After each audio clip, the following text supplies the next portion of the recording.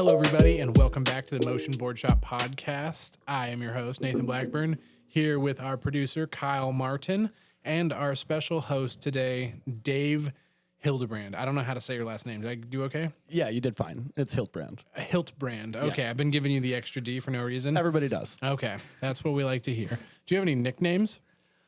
No. No, not. You're not Big D. I'm not Big Dave. No, okay. It's a different person. Excellent. So let's just dive right into it. You are probably one of the most well-traveled skaters who's done the least amount of skating. Oh, that has to be true. Yeah. Yeah, I think that you've gone the most places, been around the most scenes. And so we're going to kind of talk to you today about the life and times of Dave. And also you are the dude at City Blights magazine. Yep. Which is behind us, which has some of my favorite ads of all time. They're completely fictional, but they're on the pulse. Yeah. I have fun making them. I hope people have fun reading it. Yes. The most recent one had the front page is like disc golfing. And I was like, Yeah, and the episode's like, what do you do after longboarding? It was just disc golf. And I was like, wow, this is very personal. So I appreciated that. And I mean, I appreciate the magazine. You take great photos, you write great words, and it's everything that I want a magazine to be without corporate dollars influencing what gets made. Yeah, that's what it's all about. I've never taken any sponsors. It's always just been me. I have contributors every once and again if a friend has a really good idea or I really like their work. But the last 2 magazines that I've produced have been like 100% my own photography and writing. Okay. And it's fun. It's a big project, but I don't have anybody to please or adhere to or, yeah. No one can say no. No one can say no. No editorial control. I love that. So diving right in, how long have you been skateboarding and longboarding? I think I got my first skateboard when I was like 4 or 5, but it didn't really like stick until I was like 12 or 13. Mostly just skating around town. Got a Ladera Ripper 36-inch with a pintail with a tail. Okay, it's like a skinny pintail. No, it was like super wide at the middle, but really skinny near the nose and tail. And the tail had a kick. Yeah. Oh, that was super, super useless. Pretty useless. I mean, except for like if you're maneuvering through pedestrian traffic going 3 miles an hour, like, and you have 80 millimeter kryptonic, like blue cryptos on. TKPs or RKPs? Oh, RKPs. Okay. For sure. Randall 180s. Nice. Wow. You're one of the few dudes that can probably relate to me about Randall 180s and like the jump to V2s and like hammering out your old kingpins and putting the grade 8 ones you got from Home Depot. Yep. Yep. Did you ever like get special bushings from like Carrot on Silverfish? I never got Carrot bushings. But wow. I definitely am aware of them. So I like blindly ran into that guy because I used to spend my summers in Hawaii. And as one does. Yeah, as you do when your mom lives in Seattle and your dad lives in Hawaii. You just must be nice. Yeah, except you have no friends during the summer, but whatever.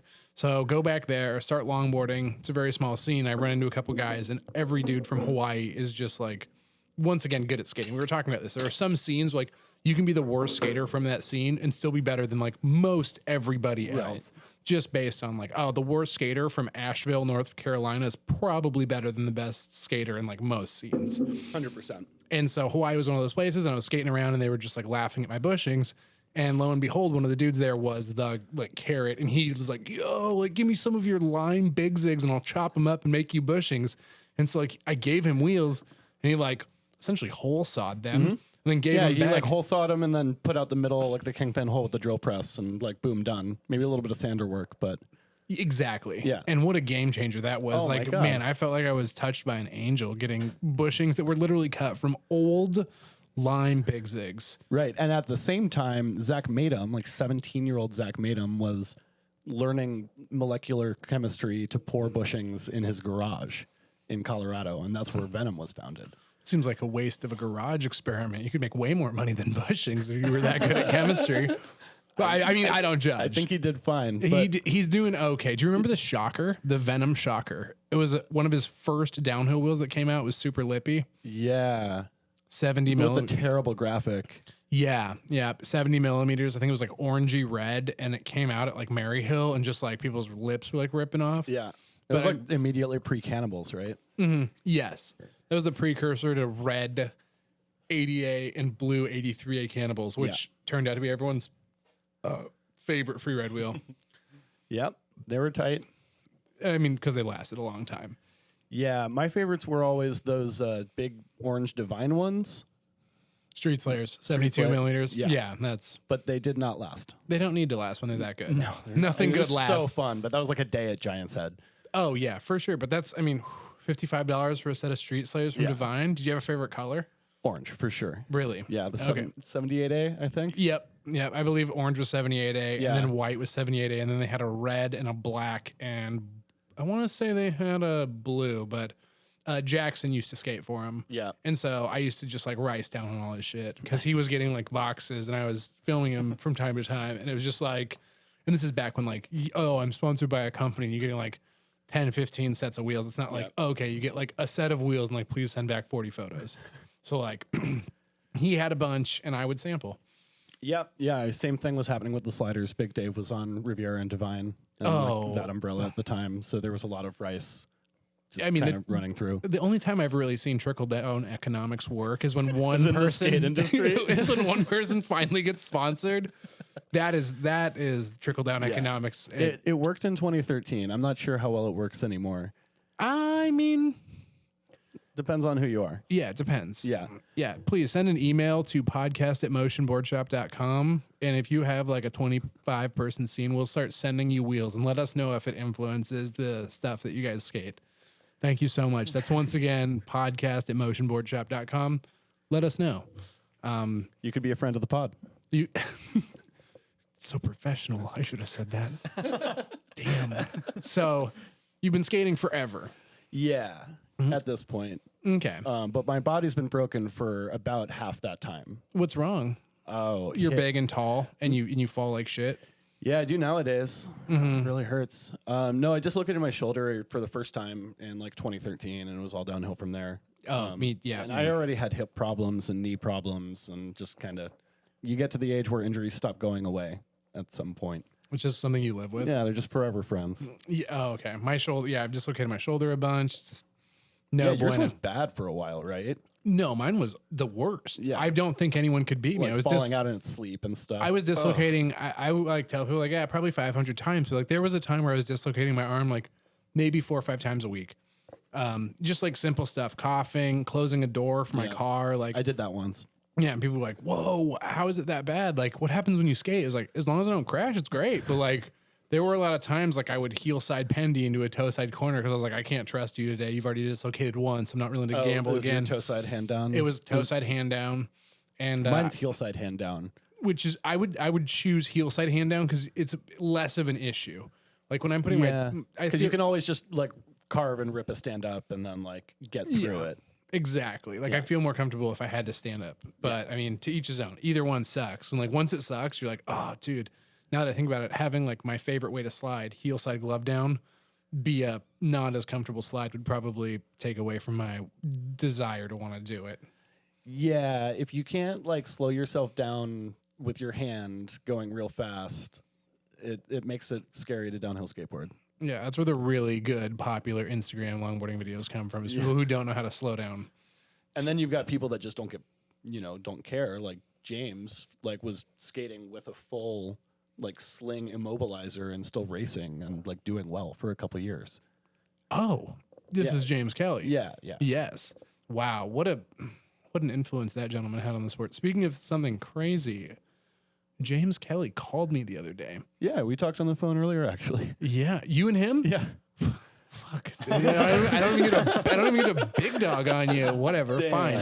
Well, when he called me, he was like, "Hey, is this Motion Board Shop?" Not like, "Hey, is this Nate Blackburn?" I was like, "Yeah, this is Motion." He's like, "Is this Nate?" I was like, "Yeah." So he's back in the States. We talked about a super cool board coming out, and he's doing some stuff with Rocket Longboards. He's distributing them. So he's killing it. Yeah, going to nursing school. he told me about that, and I was just like, "Wow, you can set your own arm back in now." I mean, Absolutely shredding. Yeah. I feel like even if he took like all of nursing school off and then like hopped back on a board, he'd probably still be okay. Yeah, absolutely. You don't forget that. And I mean, he lives in Sonoma. It's like the backyard of like Fairfax Bolinas and Mount Tam. Like you've got so many amazing Pano, like so many sick runs that you can just like get to really quick and keep in form. So my first James Kelly story was I mean, I feel like we're the same age. I'm 31. I feel like we're very. No, I think him and I are the same age. So he's probably a year younger than you. Oh, really? Okay. So yeah, I remember him coming to Seattle and just being, we like met at Motion Board Shop, and then we went and skated this run called Interlake, which is really close to the current location. Don't go skate it. And he had a broken wrist or some shit at the time, and like skated this run that like we were all like, I felt like I was killing it because I could like go down it really fast back in the day when like I could pre-drift both ways and not a lot of my other friends could. It's like 2010, 2011, maybe sometime around then. And he was skating with a broken wrist, full stand-up, and just like whooping my ass. And I just remember being like, yeah, this guy's good. Like, was this like loaded era? I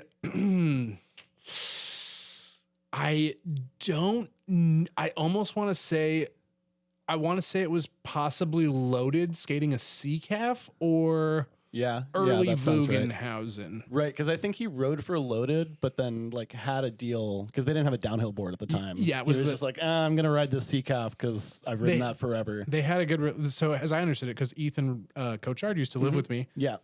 He told me that he could ride the longboard Larry Penguin because Loaded didn't have a board that was like freestyling enough for him, and Loaded and Larry had a great relationship. And this is like way before the Bongra. You had like the Vanguard, the Dervish. Yes. Pretty much it. Oh, the Hammerhead had already came and went at that point. Yeah. The Pintail probably they still had in the lineup. They still have the Pintail in the lineup. Kind of a dope board. Like if I was going to get any loaded board, that would probably be it. Whoa. Do you know all the boards they make? Have you seen an omakase? No, man. They're like the Apple of longboarding. So everyone buys them? And it's way too expensive. But everyone bought them. I mean, they make good boards. There's a reason we don't have a ton of them left in the shop is because people keep coming in. I mean, they make great media. That's true. They've always made great media. And I will say this, as dumb as it sounds, the wheels are pretty colors. The wheels are killer. Wow, they sell the board. I mean, yeah, I think I still have a pair of, what's the little yellow ones that they make? Fat Freeze is what you're thinking of. Yeah, those are great. Or Skiffs. And like in-heat, probably Skiffs. And in-heat's changed the game. When in-heats Like and for presidents. Yeah. Oh, wow. That is weird because I remember when in-heats came out and I had to buy a set because I was like, oh my goodness. Because before that, it was like gumballs or big zigs. Yo, Kyle. And like pull Blue up the Cryptos. first orangutan video. The first one ever? The very first one ever. Like, just go to their YouTube and scroll all the way down? Yeah, what was the first? I want to say because It's probably like Adam and Adam or something. No. I want to say James and Louie were there because that's why it was so good. Because remember the original 4-pack was, I want to say P-Swiss, Kevin, Louie, and James. And that's the We Got Them Perps. And the We Got Them Perps video, like... Oh, my God, yeah. I just have... That Or video like still holds up. Yeah. Yeah, I mean, all of the early skate house. All skate house. But It's the one where Kevin does that, like, banging heel side slide to a stop on the orange for presidents. And I want to say that was, like, right when it came out and was like, yep, like, obviously we're giving you our money. Nope. Yeah, see? What do you want me to Loaded find? Challenge Series makes This sense. was their very actually. first video. Do you remember this? Yeah. I had a bunch of friends that did this. I submitted and then I realized I sucked. Yeah, I learned how to do a nose manual for this and then never did one again. Yeah, sounds about right. Yeah. I mean, some people got really good at skating because of these. Like, I've met a couple people who were like, yo, I got into the Loaded Challenge and now I'm better than everyone. And it's like, fuck. Yep. I mean, and on the realest note, if you were to go back and do all these old Loaded video challenges, Oh, they're still hard. it's still not easy. Yeah. Like, this is... It would still take like a week of working, like one trick a day to figure out. Yeah. This used to be the meta. This is Adam. This is Adam with like the reverse sideburns. Yes. Wow. Yeah. He's got amazing taste in facial hair. The Whirling Dervish was the video that like really brought people into longboarding. I would say that's what did it the best. This is not the video. Just so we're clear, Kyle. Like, I appreciate that you're showing me a guy talking, but this is a podcast that's about guys talking over skating, not guys talking over guys talking. Yeah, what were you trying to get me to look for? Orangutan on YouTube. Like, if it's on the Loaded thing, I want to say like orangutan. I don't know if they have their own. Go to type in orangutan in heats or orangutan for prez, because Just pull up We Got Them Perps. Okay. No. You want to go earlier? Yeah, because this is what changed it. Because I don't know if Oh, you. there was like the pre-active pre-drifting one too. Nah, that was later. That was with okay. Kyle Chin, and that was that's on right. Skate House. I want to say it was on Skate House. Scroll down. Wow.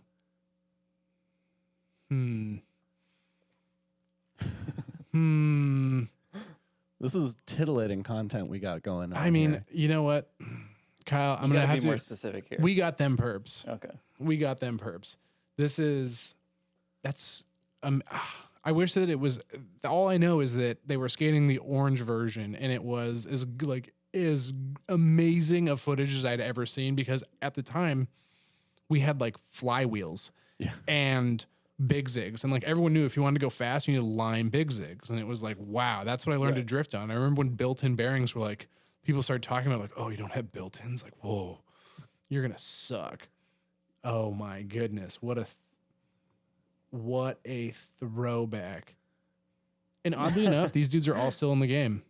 Yeah, Louis just got on they're all killing Arbor. it. Yeah, James Louis is like brand managing Arbor now. What did he? I think he's he just just riding sponsored? for him, which is good for him because I feel like he does a good job skating. He does an amazing job. Amazing. No, Louis is the most incredible skater, and taught most people in the game what they know, like indirectly. Do you remember when he skated the Roger Brothers ASIM? I don't remember that specifically, but I do remember him skating an entire season on that double kick. On that double kick. That damn double kick. And Just killing. the whole season. Oh, Buffalo Bill. Mm-hmm. So like Buffalo Bill, Ditch Slap, like all the races, all the free rides. Went to Europe on it too. Mm-hmm. And they never made that board. Somehow, I remember riding it down a ditch in Albuquerque and just loving it. Really, Paris's and everything. I would imagine so. Probably. Yeah. Yeah. I mean, I don't remember specifically, but wow. Yeah, that was like the very beginning of the big double kick era. We were just talking about the JM Slidewinder not sucking. Yeah. With big double kicks. Well, and then Earthwing had that one. Oh yeah. That everybody got. Who did Bustin had the BGDK, which is kind of goofy. That was a little later, but yeah. Oh, that was way later. Yeah. Now that you mention it. Like Rain had the ones with the like monster horror graphics. Oh yeah, the Home Wrecker, the Renegade. Those are sweet. Those boards were. I mean, Levi Green. Levi, exactly. I thought they were going to make a 44-inch version of one of those with like a 25-inch wheelbase. It would have been perfect, but they just don't like big people. Yeah. Once again, they didn't listen to that one guy's comment from San Francisco. I feel that way too. It's like when people ask them, like, "How come they don't do this?" Be like, "Because this company doesn't listen to me." Yeah, they did. We'd have it. Well, they made a proto of it. I wrote it for Vancouver, like for a summer. Flatspot gave it to me or loaned it out. Shouts out Les and Misha. Yep. Wow. Yeah, look at the Baldy pins. Is that, you know exactly where this is, don't you? Yeah, it's Mount Baldy. It's on the way down from the full pipe. Oh, man, that's right. You know a lot about skateboarding. I try. Yeah. You're like, it's really easy when you don't have to worry about skating. Just, you can appreciate the culture for what it is. This is like going to make me cry. This is so nostalgic to see those four people skating together. All right. Well, since we're on early loaded media, we have to watch Let Go. Really? Yeah, we have to. I mean, it's for the people. Yeah. Okay. It's for the children. I love it. Oh, with Louis getting tight there. That's still good writing. Yeah. Still good writing. Yeah, good video too. 11 years ago. Let Go, Kyle Martin, 3 Doors Down. Was that 3 Doors Down? No. There's no way. It's Third Eye Blind. Sorry, wrong 3. That sounds right. Oh, this 7.7 million views. That's believe. it? Wow. I believe it, but that's not enough. That's I mean, not nearly considering enough. some of those like early original videos, got way more. You know what was a real trip is skating this road for the first time after seeing this video a billion times. Yep. I skated this road for the first time with Kyle Chin after seeing this video for a billion times. Wait, you skated with Kyle Shin? Yeah, and he just told me to do a hands down slide every time he did a stand up because there's only like 5 sliding corners. There's like the left hairpin, right hairpin. Not to call you out, but like, can you go that fast? Yeah. Really? I could at one point. Have you ever skated Jake's Rash? I actually never have. I've been to Danger Bay a bunch, but we always end up going back to Vancouver before the rash because it's always about to rain, and then we just. I mean, blow the it off. bridge is always wet, so why not? Yeah, exactly. And like Danger Bay is all. I've done Danger Bay Hay a few times, so you go out a couple days early, and I'm just so worked by the end of the whole experience. By the end of it, you just want to die. Yeah. Yeah, I slept from the campsite all the way back to the stoop one year. Just completely didn't like. Do you know the board that Wasn't he's on the boat skating? at all. Probably a longboard Larry thing. I'm I'm gonna guessing Loaded didn't make stiff boards at this time. No, they didn't. I think it's a Comet Voodoo. Oh, it could be like a Comet Voodoo, Voodoo XL. Yeah. Yep. Yeah, I think you're right. I think it's a Comet Voodoo XL. And look how good the pavement is too. With like yellow stimulus, maybe? That's he's on Paris trucks. Yeah. You know, for how good this video was, the Chubby Unicorn kind of flopped. I feel like that board had everything that the people wanted except for the W concave running front to back. Well, you can't always give the people what you want. And once with it. again, they did not consult me when they Yeah. made that board. I would have told them people don't want W underneath your feet all the way, all the time. I think they were just trying to make like a hybrid dancing and freeride board, and that doesn't need to exist in the world. No. They should have focus grouped it. Yeah, they had like I mean, talk about an insular community. All those people that ride for them can all like big spin and cross step as well as sleigh free riding. Yeah, I think it's in their contract. Yeah, it's like you have to be able to like not only free ride like an absolute boss, but you have to be able to like super fancy footwork. Or then you have Ari who just does both at the same time. Yeah. Those crossed up Slides. Yeah. Oh my god, so insane. Yeah, and those people are the best in the world. And so like when they make a board, obviously us mere mortals can't understand what it's about. And I don't know, but I think he may be riding like some sort of not torque block, but some sort of wedge in the back of his board. Like back me up on this. We were talking about how Max Whipperman has like The Whipperman spikes. the Whipperman yeah. spikes. The only thing in the downhill skateboard industry named after somebody just purely colloquially. Okay. I was about to use the word and I had no idea what it meant. So colloquially. Yeah. I'll add that to the words that I misuse from now on. Oh, But those, it's not a those turns. One second. Those yeah. turns right there. If you've never skated them, you probably won't get to skate them as smooth as Kyle did right there because the pavement's gotten worse. But Were those the weed store corners? Or I think we're coming down to the weed store, right? There used to be a medical marijuana dispensary on the left of one of the like sliding corners in the middle. You would know. I've skated it Well, like no, it sucked. I never actually went there, but there was always cars parked on that corner. And it just made everything real narrow, and you're coming in fast after the whoop whoop section, and you have to do like a pretty fast toe side slide, and then there's some like stoned ass Chevy Blazer whipping around out of the pot this club. does sound more appropriate now that you mentioned Chevy Blazers. It seems like Morgan has a Chevy. I think he has a Chevy Blazer, or I don't know. It would be on brand. Yeah, he has like a teal car. If you ever see a teal Chevy Blazer in Mount With, like, Shasta, smoke just pouring out of it. You yeah. just T-bone that thing right now. Morgan needs a new car. I'm sick of that fucking car. It's so ghetto. It's only got 2 doors. Sick as fuck. It never breaks. Lucky guy. I went through like 3 Subarus in the time he's had that one vehicle. So, Kyle Chin, pretty good. Small tuck. Did he ever race? I don't remember him doing anything race-wise that was impressive. He raced. I don't think he like had the race career like James or Kevin did, but he definitely raced and he definitely did well. Speaking of James's race career, you know what really sticks out is when he threw that guy off the road at fucking Buffalo Bill. His board off the road. Like, let's not start rumors here. He didn't throw a person off a road. He pushed a dude into a hay bales. Oh yeah. We're talking about 2 different times, actually. I mean, yeah, James is. When people are like, "Oh my god, how could he do that?" Be like, "Man, I've skated once. Like, I could totally see myself doing He that." had a notoriety for his racing style at one point. And that dude kind of like Chumbawamba'd him the corner before, and Yeah, then James it came was a back rebuttal. and Chumbawamba'd him back, and I Yeah. was just like, "Well, I mean, don't mess with the bull if you can't handle getting pushed into some hay bales." Is this Cowtown? Oh, what, dude? And that video just started playing too. Oh, that's Kings of the Mud. Yeah, Oh, one of the greatest long form downhill skateboarding movies of all time. I really? agree. I think agree. so. I mean, how many Absolutely. are? Well, it's like Second Nature, Top 3? King of the Mud. Collabo. Oh, Collabo is like actually pretty short by modern standards. The Venom movie. The Wow. Venom movie. Oh, wow. Eat shit. No. Speaking been of a eat while. shit, you guys owe me eat shit too. I get that you're hyping it up, but only one brand in the game can hype up something and not deliver. And Powell has a goddamn monopoly on dragon skins right now. So you give me eat shit too. I don't care if it's not edited. The first one was edited and it didn't look that good either. So just fucking give me the raw clips, show me the shotguns, show me someone vomiting, a butt chug or two, and I'm in. Dubler doesn't even have to skate naked this time. I mean, he might. He'll probably just skate Potrero or something naked, something mellow. No.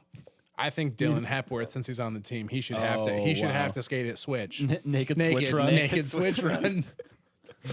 Yeah. God, talk about like the best downhill skater in the game right now. He's Whoa. in top 5. Like he's killing it. I'm so impressed every time I see a Dylan Hepworth Village. And then video do you come have to through. wonder if it's regular or goofy? You can usually tell, but it's I can't. way gnarlier that he's just doing it all. His tuna runs aft. Yeah. Yeah. Yeah. It's like, okay, we get it. You're really good and you're really unfazed by bad pavement. So you've got a Mount Rushmore and it's got the best in the game doing it right now. I don't even know. That's an on the spot question. Yeah, sure is. I mean, race lines wise, probably Dexter. Really. Yeah. Dexter's killing it. I mean, his He's like- race results don't really say so, but yeah, his because he always like YOLOs and crashes out. He's not a safe racer, but he's an incredible downhill skateboarder. And His- he just had that insane part come out, didn't he? Something just came out that I saw from Yeah, him. he's had a couple videos in the last year. I Yeah. think. okay. I I think they mean, just made like a mini gambler or something, so he had something Yep. come out from That's that. good. I mean, his really, it's that North Carolina run that he does. That was part of the Land Yachts Get in the Van 2. Because Oh, Get in yeah. the Van 1, speaking of great long form videos, and Get in the Van 2 can both hold up. I will say that Get in the Van 2 needed a longer Troy Yardways part. That's all that needs to be said. Maybe 2 parts, maybe 3 parts. Just give the guy his own video. He's fucking amazing and he's entertaining. He's very entertaining. Very entertaining. Yeah. So your Mount Rushmore, you've got any heads you'd like to throw up? Like all time or like currently? Currently. Have to be relevant in the last 3 years. Ooh. Byron has always got to be on that list. I mean, He barely skates, and you're still going Yeah. to put him on that list. You're like, That's it doesn't fine. matter. he's He going really through a doesn't. quarter life crisis and like just doing a lot of dirt biking or something. Like he'll be back. He's probably still super good. He's just waiting for masters, and he's just going to come and sweep his entire 30s. yeah, he's going to have a And broken. we've got like 6 years until that happens. yeah, he's okay. So you're going to go with him. Yeah, I don't know. I would have to say Cole Trotta, purely for. yeah. I mean, his skating is phenomenal. Yeah. Very dangerous. Very balls to the wall, and he's got the Instagram fame to go along with it. Yeah. Super subtly, though, I would also have to throw in Tyler from North Carolina, Tyler Hunt. Okay. Oh yeah. Do you know who this Oh is? yeah, of course. He is a big dude. Uh-huh, I very mean, I'm tall. sorry for outing you like this, but like when the first time I met him, he was like, he was unlike he's like, I was like, what did you used to do before this? Because like, dude, this stuff is gnarly, and the way you do it is very, very gnarly. And he's like, oh, I used to like rollerblade, like jump off roofs and shit on rollerblades, and like do hella nasty grinds and shit. And I was like, Yeah. okay, A, that's badass, but like, no wonder this doesn't phase you. Like, if you're jumping off roofs on rollerblades, like, this is normal. It's always funny to hear about the gnarly backgrounds of the gnarliest downhill skaters you meet. Like Tad used to do like insane, like enduro dirt bike racing or something like that. Oh, I forget what his specific. Tad Drysdale. Yeah. He's just like a wild dude, and he. You know what's super funny? Tad. Those are actually his initials. really Yeah. amazing? Yeah, his first name's Theodore. Theodore Allen Drysdale. The only reason I know that is because we come into the store, and I hope he's not watching this podcast, but yeah, Theodore Allen Drysdale. So the first time I found that out, I damn near reboot. I was like, Yeah. what? So yeah. Actually, I might have gotten that backwards. Scott Lembach comes from like dirt biking, oh, I could see that. Yeah, Scott's. just like the gnarliest dude. Yeah, he's eaten enough shit for everybody at every event. Like I've literally gone to events before and seen Scott and just been like, 1 second, you guys. Like I'm not skating until he eats shit. And like 6 minutes into the event, he just pile drives himself. Be like, okay, now I'll go put my stuff on. Yeah. Like he crashed so hard at one of the boom towns and got back up like it didn't hurt. And I was just like, dude, you are in A, good, but B, durable. Yeah, I was really, really excited to see him skate at the first Menlo that like really popped off, that like gained notoriety, which was the second one. And Muir had come up for it. I had some cleaning up to do at the campground. Menlo so Skate Jam video. Look it up. Menlo Skate Jam. I let the volunteers kind of start the event because you just kind of like open the floodgates and like let people go. There's not a whole lot of, you can do the safety meetings on your own time, right? Yeah. You don't have to have like a big, it's a free ride. You just go skate. It's fun. So I get there at like, 9:30, 10 a.m. or something, and Scott's on the side of the hill bleeding. And I'm like, oh, like, you already crashed. Like, are you going to keep skating? He's like, no, man. Like, I'm on my way to the hospital. Like, I'm done. I'm like, and that super gnarly blacks part had just come out, and like everybody had just heard of Scott Lembach. So I was so excited to see him skate the local hill. Wow. And he just tanked his like third run and went to the hospital and then went home. Like, wow. obviously I saw him after that in like the future, but yeah, he was done for the day. Wow. 2010. I think that would have been 2011. That Scott Lembach story, but the first one was 2010. Wow. You were doing stuff for the community way before I was. I love it. Yeah. You guys want to watch 2010 or 2011? 2010. Yeah, this is the one we got queued up. This was the first one, and I still can't believe the city let me do this, honestly. Where's Menlo Park? Tell people.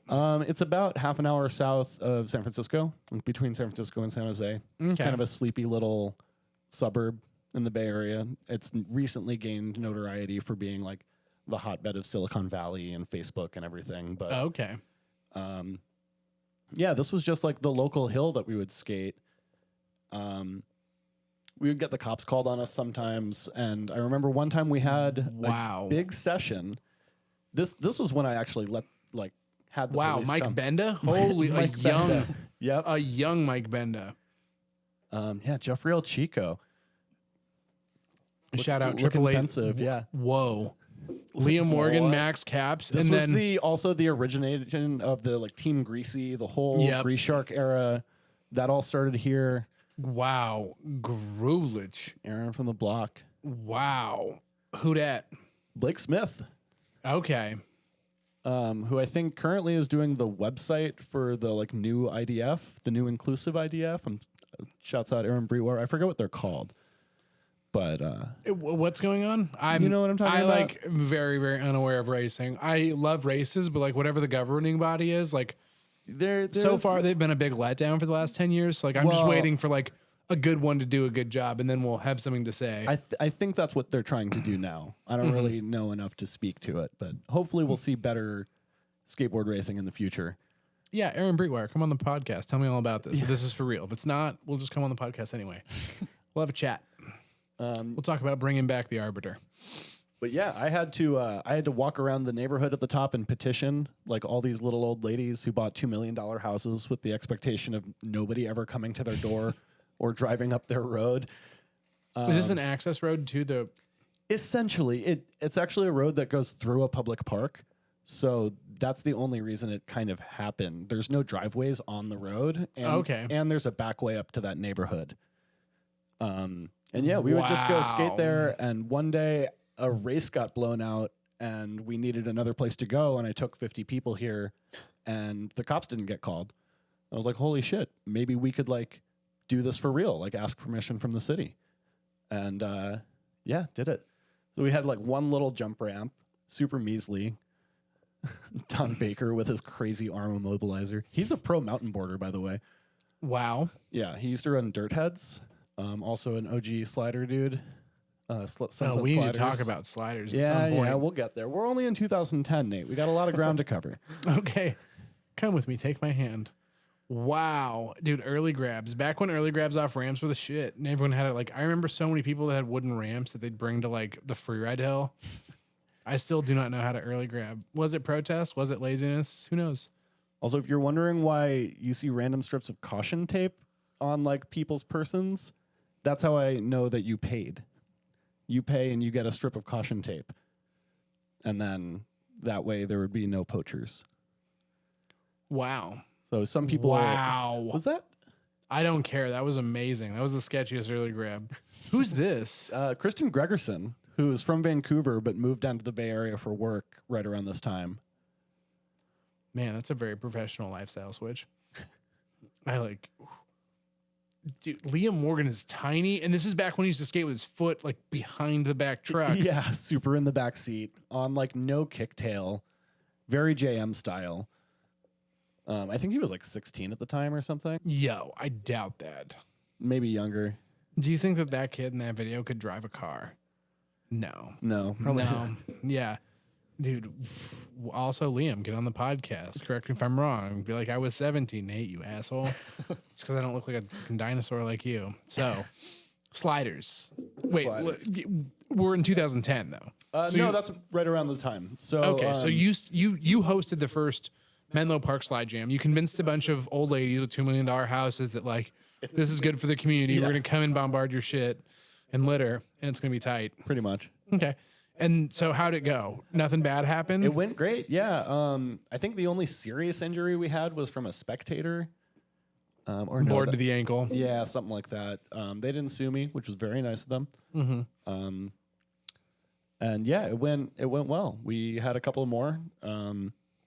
There got to be some like weird politics drama in the next couple, mostly involving the feud between Gunmetal and Caliber. Oh yeah! Wow. Really caught in the middle of that one, which is just a long story for another podcast. But You sure? yeah, Do either of those companies really still exist in their original format? no. So why wouldn't? Well, Caliber's a lot closer. Gunmetal's just been gone. Yeah. And Liam owns Caliber. Liam and Tom own Caliber now. So Yeah. I mean, Yeah, really- that's true. I mean, yeah, the movers and shakers are different for sure. yeah. What happened? What was the Gunmetal? Brandon, who started Caliber, used to work for Gunmetal. He came from snowboard sales, I think, or like Oh, surf okay. sales or something. He was like action sports industry adjacent. Had strong opinions on Agenda. Don't we all? Don't we all? God, never go to Agenda, by the way. It was What a shit show. what a fashion show. What a fashion show. I mean, it's cool if you're into fashion. So Yeah. On- So yeah, no, they parted ways unamicably at some point. Brandon started Caliber. It seemed like he took kind of the schematics for the first generation of gunmetals, I was which, about to say they looked very which comparable. also kind of sucked, by the way, and made his knockoff terrible trucks. And then we had competing terrible truck brands in the Bay Area for a while. And then the version 2s, they kind of both started going their own directions. Mhm. And yeah, they had a nice little feud going because Ryan and Brandon didn't like each other, and yeah, Wow, and Caliber somehow won out. yeah. Something about like Gunmetal getting an investor that wanted to go a slightly more corporate direction.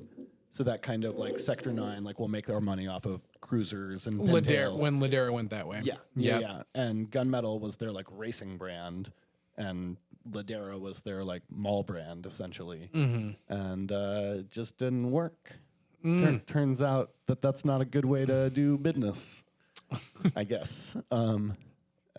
Man, it works for different people. I know a company that went from core boards to mall shops, and they're doing great. But I mean, it's all Yeah. about how you make that transition. So I guess they just didn't have the distribution or something. I don't know. I don't know, but it's interesting to see Yeah. that didn't work out. And so that's how Caliber survived, by staying core. I guess, yeah. Well, and Which just is like weird. retaining their. I mean, it's a vote of confidence for like having a budget, like a skate team budget, and having like media that you can actually produce, because that's the big thing. Is Gunmetal and Ladera pretty much stopped producing media that the downhill industry scene could relate to. And Caliber's never really stopped, because I mean that's one of the things. And And yeah, they pioneered like the art of the like raw run, essentially, as we know it today. Like they took the like GoPro skate house era raw run and then turned that into car raw runs. mm-hmm. And like between like Caliber and like Alex Amin's work, I feel like that we ruined it for everybody. Yeah. nobody's been run over yet, probably. Whoa, definitely not true. I know of a couple. I mean, Don't follow your friends in their mom's Subaru Outback. Like, Yeah. whoa. First off, fuck you. I did hundreds of raw runs in a Subaru Forester. I think a disclaimer is probably a good idea here, Nate. I mean, I'm not saying it was smart. I haven't filmed a raw run in a super duper long time. And the Yeah, you last just time had me do it. and the last time I filmed a raw run, Kyle did it in my Subaru Outback. No moms were involved, Dave. Fuck off. Okay? And I didn't die. I'm here. Yeah, you're good. This is a real me. That's true. I mean, I've done my fair share of follow run filming, I'm and surprised you didn't say my name in that. I filmed a shit ton of raw runs. I mean, granted, they didn't get the play because I'm not from Southern California and you guys can't handle our 2-minute runs compared to your 12-minute runs. So fuck. A man gave it his best. I got close. I'll hit somebody if it Well, makes me famous. What you do I also need to weren't do? doing the Alex Amin thing and getting a cheap rental car and going out to every race Yeah. and just filming everybody at that race, including as many heats as he can get into. I mean, yeah, but he did do it. Like No, he I did. remember when he was did at great. Giants Head and he was fucking Well, filming raw runs. We were talking about King of the Mud. Speaking of which, the best ender part of probably the best downhill video ever is Coop's descent Yeah. to that Medellin highway. Yeah. That was fucking groundbreaking. Yeah. If you mean like Reckless and irresponsible and a terrible, terrible idea, but fucking fucking amazing. great footage, right? Like, I mean, first off, wow, that you think the guy skating's good. The guy's skating behind him with the camera's even better. Like, holy shit. Alex Amin's the best skater in the game if you're an idiot. Sorry, YouTube comments. That's my least favorite thing ever. Whenever there's like someone be like, yo, fastest raw run ever, and someone will be like, yeah, except for the guy like following him with the camera. It's like, God, I just want to be able to jump through the I mean, through that the was computer. true when it was just Louis with a GoPro on a stick. When it would no, fuck that. 'Cause Louis- Men in the blue suits. Oh, that's Oh, true. Yeah. No, I got. Mm-hmm. Well, that's a big. That's yeah. a big important. And thing then to you me. had like George Siddiqui, who literally took. Wow. Yeah. Oh, me Dude, and throw a name around, why don't you? me and James Kelly and George. Yeah, I know. It's spelled George's. It's pronounced George. He's French. They got their own shit. But yeah, George used to like pick me, like James up in Petaluma and pick me up in Menlo Park, and we would go down to like DT was throwing a race in Bakersfield when I was 16 and James was 16 and George's was like in town for college or something or grad school maybe. But yeah, that was a wild era. Wow. So we're in 2010. We literally haven't left Menlo. We No, just like yeah, so we detoured to got- go get a pack of smokes. We've come back. At least we came back. Yeah, I mean, Pretty good start. yeah. So the sliders, I met Big Dave and Doug at Ditch Slap. Actually, Jeff Treadwell took me over. I need some shoe goo or something. He's like, "Oh, Jeff Treadwell. Yeah. Wow. yep, Treadwell, dude." He was in that video. I believe I've met him a couple of times because I've said that name before. Yeah, but it's, he used to go to Maryhill religiously. yeah, that's definitely where I like didn't miss a Maryhill for a decade. Yeah, and Ditch Slap as well for a few years. But So yeah, what was the sliders? And I mean, obviously the bus is what most people think of. so pre-bus? We were in like we had a homie bus driver Brian. He was just like old, like 55 or something, like skate rat who still like hung out at Potrero sometimes and knew Big Dave through that. And he would take us out in his van, and we would just like pile 8 deep in the van and go skate the San Francisco We've talked Hills. about this before. If a guy has a sketchy van and invites you to go skate, you always do go it. skate. Yeah. This is how Morgan got sponsored. So continue. So the slider started because Big Dave just wanted this community. Essentially, He willed it into action. He literally willed it. Every person that he saw in San Francisco for like multiple years that he saw with any board that wasn't like a street skateboard, he would holler at them and make friends with them. And that's how we met like Chad and Adrian and like all of the OG sliders kind of mostly came into the fold just by Dave hollering at them on the street. And just Hey, like, yo, shorty, Yeah. let me holler at you. Pretty much. Okay, wow. and then we started skating every Wednesday, the slider sessions. So like every single Wednesday, pretty much rain or shine, but What like a fucking California thing to say. Like every Wednesday Yeah. in Seattle, it's like every Wednesday, and then like everyone automatically knows, like, yo, November through March is a no-no. Like, yeah. I mean, we would skate a lot of the Sunset, which is the west side of San Francisco. Obviously, yeah. the Sunset sliders. But we- Quintara, Sure, but I we mean- go all around the city. But generally speaking, in the Sunset, which is winter a drier. great place to skate. If you Oh, it's longboard incredible. and know how to slide and love driveways, like Yeah. that place was built to piss neighbors off. Yes. Yeah, the amount of times we've gotten hoses on like a driveway that we've been sessioning. Oh. Or like somebody opens a window and like, get the fuck off our block. But that's the beautiful thing about the city is you just go down the street and there's another probably sicker spot. And there's another neighbor to piss off. And you just work your way all the way down to the beach and then hop on a train and go back up and do it again. It's terrific. Yes. Um, I love it. That I've skated there once, and I just remember being like, like this shit's so good. but the summer is wetter in the Sunset. Really? Yeah, because of because of the fog. Yeah, we called it death mist, which made it so like it was wet in a way that you couldn't see, so you couldn't trust your eyes. You just had to know that you were gonna die if you slid. Yeah, well, but you could still like kind of slide. It wasn't full wet and it wasn't patchy. It was like nice and like consistent, but you did have to be careful. So anyway, Dave started the slider sessions, and I think this was 2010. It might have been 2011. Decided to hold one event a month for every month of that year, and that event would have a like bullshit made up race that nobody cared about, a free barbecue, and then an after session. Wait, a bullshit race, Yeah, a barbecue, and then an after session. Yeah, like a specifically like a race that nobody cared about. So we did like a park slalom one year. We did like a Park Palace time trial, which was in this park in the Sunset off of Quintara and like 31st, I want to say. It was like a little pathway race. Yeah, Park Slalom was cool. We raced McLaren one time, which is where they did the Gravity Games in 1999. Wow. Yep. I forget. We did the Golden Gate Park race that Austin Bonzing threw. Yep. Threw and throws. Yeah, so just one a month on like a Saturday or a Sunday or whatever, we'd all get together and do this like kind of bullshit race that was out of pretty much everybody's comfort zone because it was usually very made up. And then free barbecue and then after session. And that's how a lot of the OG sliders kind of came together. And what's this after session like? Just people skating, bullshitting, smoking weed. Okay. Skating curbs, like not like No, I think more, this is more a kickback This than was a pre-curb era. Okay. Yeah, that was a little later, I think. So we would go to like skate the Rivera waterfalls or skate it would usually be something kind of near where we were anyway. Okay. I mean, yeah, you're in San Francisco. You can go like what, 12 feet and find another skate spot? Pretty much. Yeah. Whole city's on fucking Thrasher. If you want to do like bus runs, you have to know kind of where you're going, where the bus gets up to. But if you just want to like cruise around and skate, like world's your oyster. Yeah, you're gonna succeed. Yeah. If you can skate everything in San Francisco, you'll be just fine. Yeah. Yeah. Okay, so sliders, and how long did like it take for you to meet the sliders from when they started? I mean, I technically met Dave before the sliders officially started. Okay. So the year before or whatever.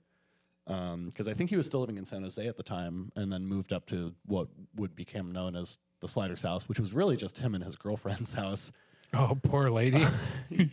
Yeah. Why are all these dirty hippies here every night, Dave? It's the scene, babe. You don't get it. Hey, we got 12 people in town from Portland. Yeah. None of them have showered in 3 days.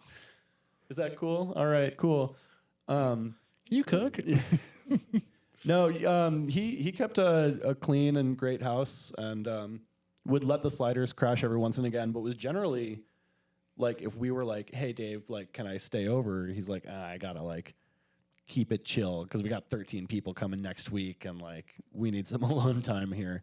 So it was very much like not a skate house, but a house that was often full of skaters. Okay. But it was their home, yeah. So and then the sliders started. I moved to San Francisco around that time. A few other people did, and a bunch of other people were just kind of coming out of the periphery. I think Sinjin still lived in Walnut Creek, and wow. yeah. I actually saw him. Really? Very not recently, like 4 years ago or 5 years ago. Not- but I mean, like not recently at all. out of the blue. I want to say I was hanging out with. Did he come up for Hemfest or something? No, Grant Kiesling. Outside of like just like you're going down to. I remember skating Tepe after seeing him, but he was hanging. I remember running into him with like Grant Kiesling, and just like showing up and being like, I've met you one time before. And he's like, my name's Sinjin. I was like, I fucking know exactly who you are. Like, yes. But yeah, what a name to throw out. You've been around. I think one of the first times I met Sinjin, I certainly didn't know him very well at the time, but I think I had texted Kristen Gregerson from the video, just very randomly and like very hurried. I was at work, but it was something about like, oh, maybe we should like go to Maryhill in a couple weeks, like take a road trip. And she misread it as, do you want to go to Maryhill tomorrow for like this coming weekend? And was like, yeah, sure. Like, what time do you want to leave tomorrow? I was like, oh, that's not what I meant, but yeah, fuck it. Let's go. So we got like Joa Ladwig, and then we went and picked up Sinjin and left Walnut Creek at like 5 p.m. Got to Maryhill got to, I guess technically Queef Beach. But we didn't go all the way down into Queef Beach. We just went to the actual campground. Oh, you guys did the KOA spot? Yeah. I mean, we pulled in at like 4 a.m. Yeah. And then got up at 8 and then went, and we thought it was just going to be our car. And then Kristen had talked to like Billy and Casey and pulled out like 3 cars worth of people from Portland. So it just had. Did you guys have to hike or? Yeah. Oh yeah. I don't think they had the gate code yet. Okay. And I'm not sure if that gate code still works, but I know they had a gate code for a while. Oh, I'm just saying I've never gone there. I've been to a lot of Marihills. I've never walked up it to skate it. And people have always been like, what do you mean you've never hiked it? Like, that's the essence of it. I'm just like, you got to earn your turns, bro. Yeah, I'm just like, first off, like, no, we would have driven it if the like gate was open for sure. Okay, cool. That makes me feel better. It was just practically speaking, we couldn't shuttle. So, and we were there to skate Maryhill. So we did it. No, and it's only like a mile walk up. It's not bad. It's 2.2 down, and with the shortcuts, it's an even mile up. Because you cut off all the repeaters. I mean, you cut off the repeaters, you cut off Cowsers. Yeah. You cut off pretty much You pretty much just have to walk up like or like ambulance straight, and then you're back to shortcuts. Yeah, exactly. Okay. I'll give it to you. It just it's sucks. like a 1 beer walk. It's not bad. Whoa, we walk very differently. I don't know. First off, like that's a multi-beer walk for me, and that thing like is always hot. Like when were you guys there? Springtime, fall, or were you there in like June? It was definitely chilly, so I'm guessing fall. Okay, because like different story. When it's 110 degrees versus when it's 60 degrees. I've been there like, for the festival, and I'm never going back. I don't care every time. what it's called. Yeah. No. They can keep changing the name. I'm never going to go. Yeah. Ooh, it's called the Wind Walk this year. Don't care. It's called the Showdown at the Loops. Still don't care. Just call it like the autumn downhill race at Maryhill. It's like you had my attention at not in the fucking summer. Or like that year that they tried to make it a music festival as well, and like had Jackson play a dubstep set. I was like, man, like I would go for Jackson's set, but like I'm not going to Maryhill in July. I'm just not. No, thank you. I fucking hate Maryhill in the summer. Like it's the worst. Fall, it's great. Spring free ride, fall free ride. Yeah, the G ride's really cool because no one shows up, and then you can like chill in the back of the U-Haul because there's like 14 people there. Now I just ruined it 'cause the podcast. Fuck, I always do this.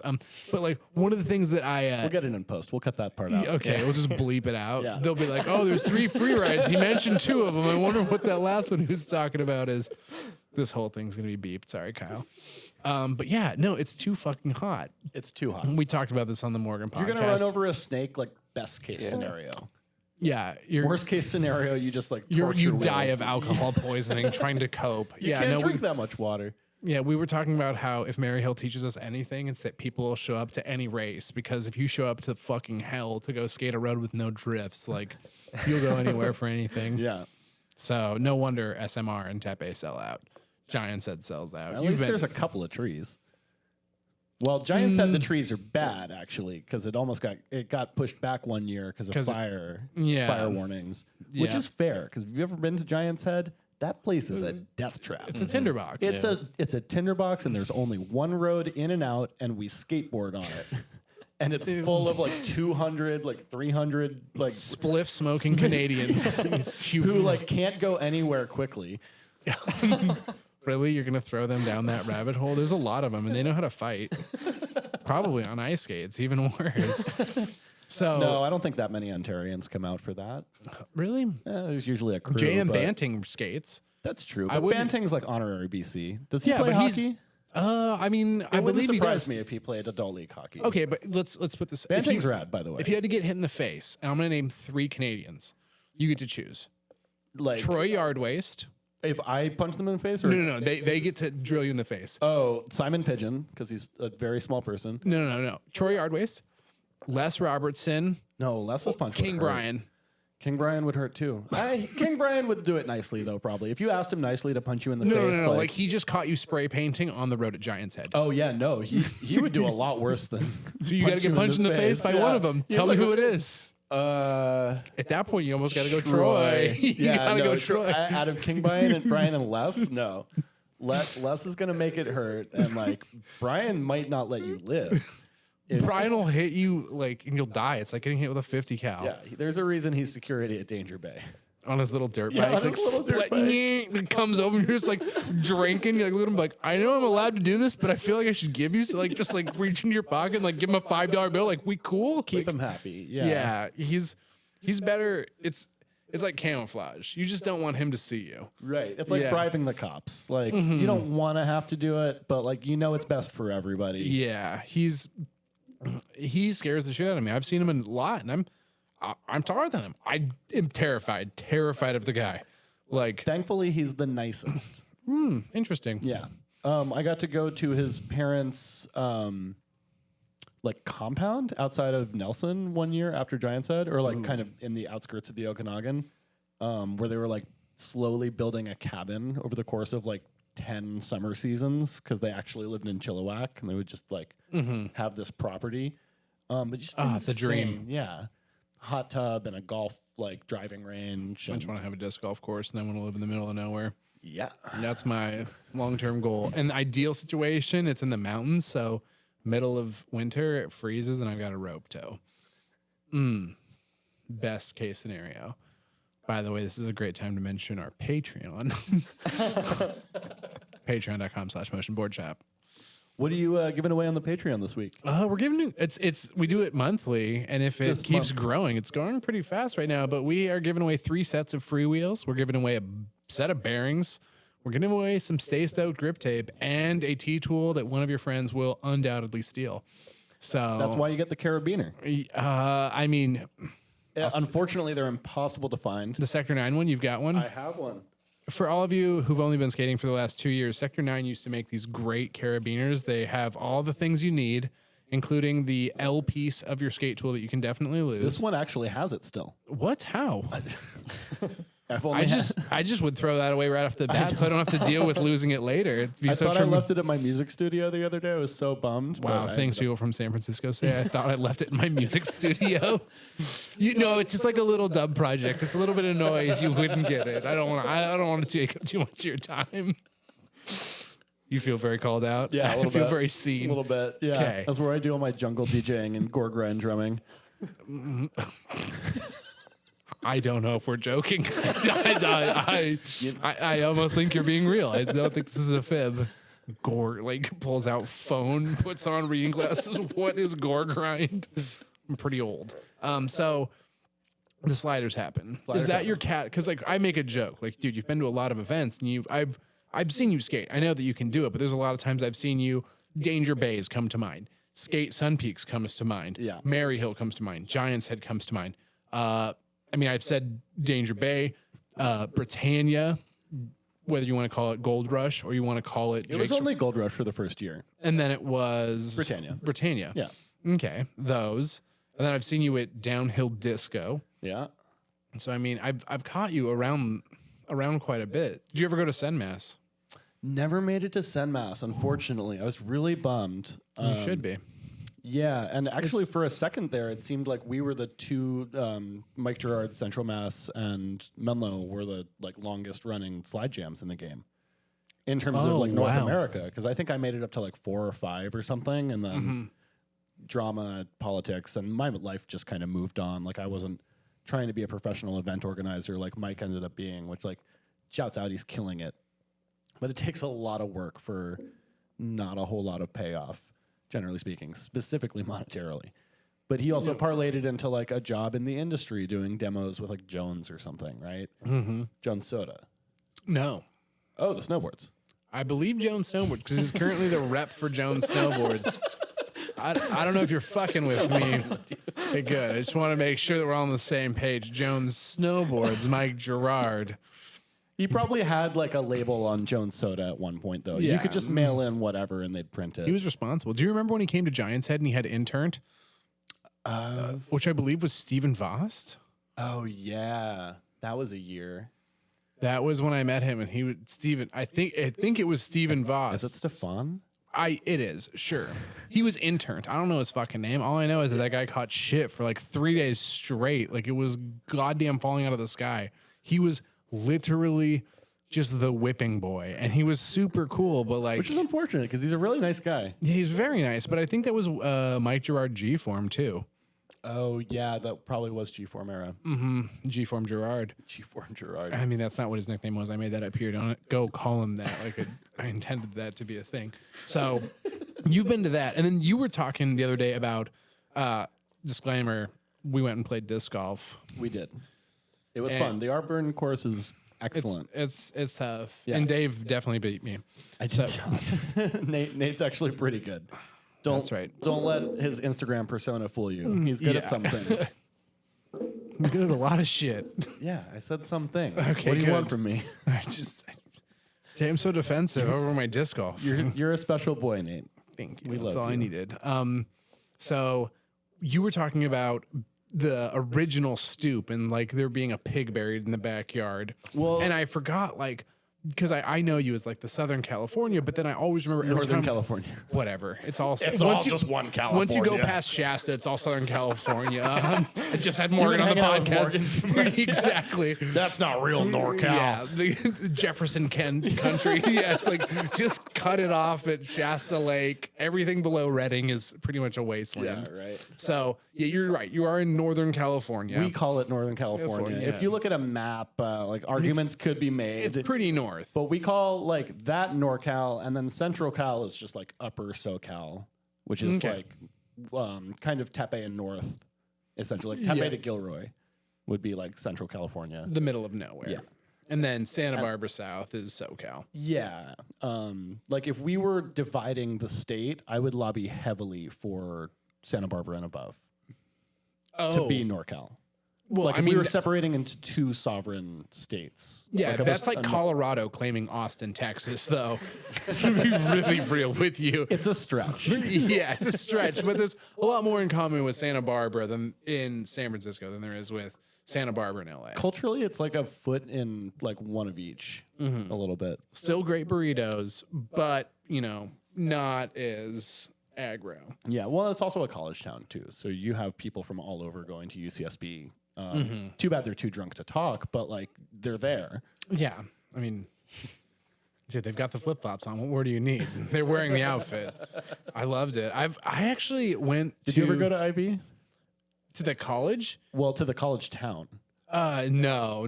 I can't remember. Every time I've been to Santa You Barbara, wouldn't be able to. the first time I went there, I went with 5 Mile in an ambulance because Oh, we wow. went down to Benelli. Speaking of wow, you went to throwback- Benelli? I never that's- went to a Benelli. That's the first time that I met Byron Essert, and he let me stand on his board. And Wild. I tried to do a no comply slide and got wheel bite, and I was like, "Holy shit, dude! You've been riding this loose of a board in all of your videos. Like, I can't believe how good you are." And you guys, we upgraded. We no longer have our cast 44 degree caliber. We now have just the caliber precision hanger. Very well made, structurally phenomenal, still straight as a whistle. And Dave's going to currently show you our ASMR video of opening beers with non-useful objects. Flawless, first chance. That's what we love to see. It actually works really well. I think it's It's a like it's little made bit, for it. It's more the Indian than the arrow on this particular topic. I think you're just good at opening beers. Yeah. No glass. No glass. So you we're gonna call so dividing line. Yes, it's in the South. You're in NorCal, because I always thought of you as NorCal. Yes. But I always saw you at every Canadian event I fucking went to. And how come that came to be? I just like it up there. Canada's dope. I started going, I think my first Vancouver trip was with the PDX bus. I came for the Shambhala, but I stayed for the Britannia. Like, It's kind of the opposite, honestly. really? Yeah. Because I wasn't into electronic music until like I was 24 or something like that. I was a radio DJ. I listened to a lot of different stuff. Got into hip hop pretty late in the game. Was really into like doom metal and stuff like that for a while, like Harsh Noise. Harsh Noise. Shouts out Harsh Noise. Yeah. What is that, a band, or is that just No, like it's a genre. it's a genre? It's a genre of sound art. I don't think you could really call it music, but Okay. You mean like when you say harsh noise, you mean like it's very unpleasant to the untrained ear. yeah, I think even to the trained ear, most of the time, it's like intentionally difficult listening. Okay, like It's like these. the opposite of Kenny G. Okay, so like these people go on to make like great car alarms. Yes. Okay. Oh that's- yeah, God, a steady Starcept car alarm would be dope.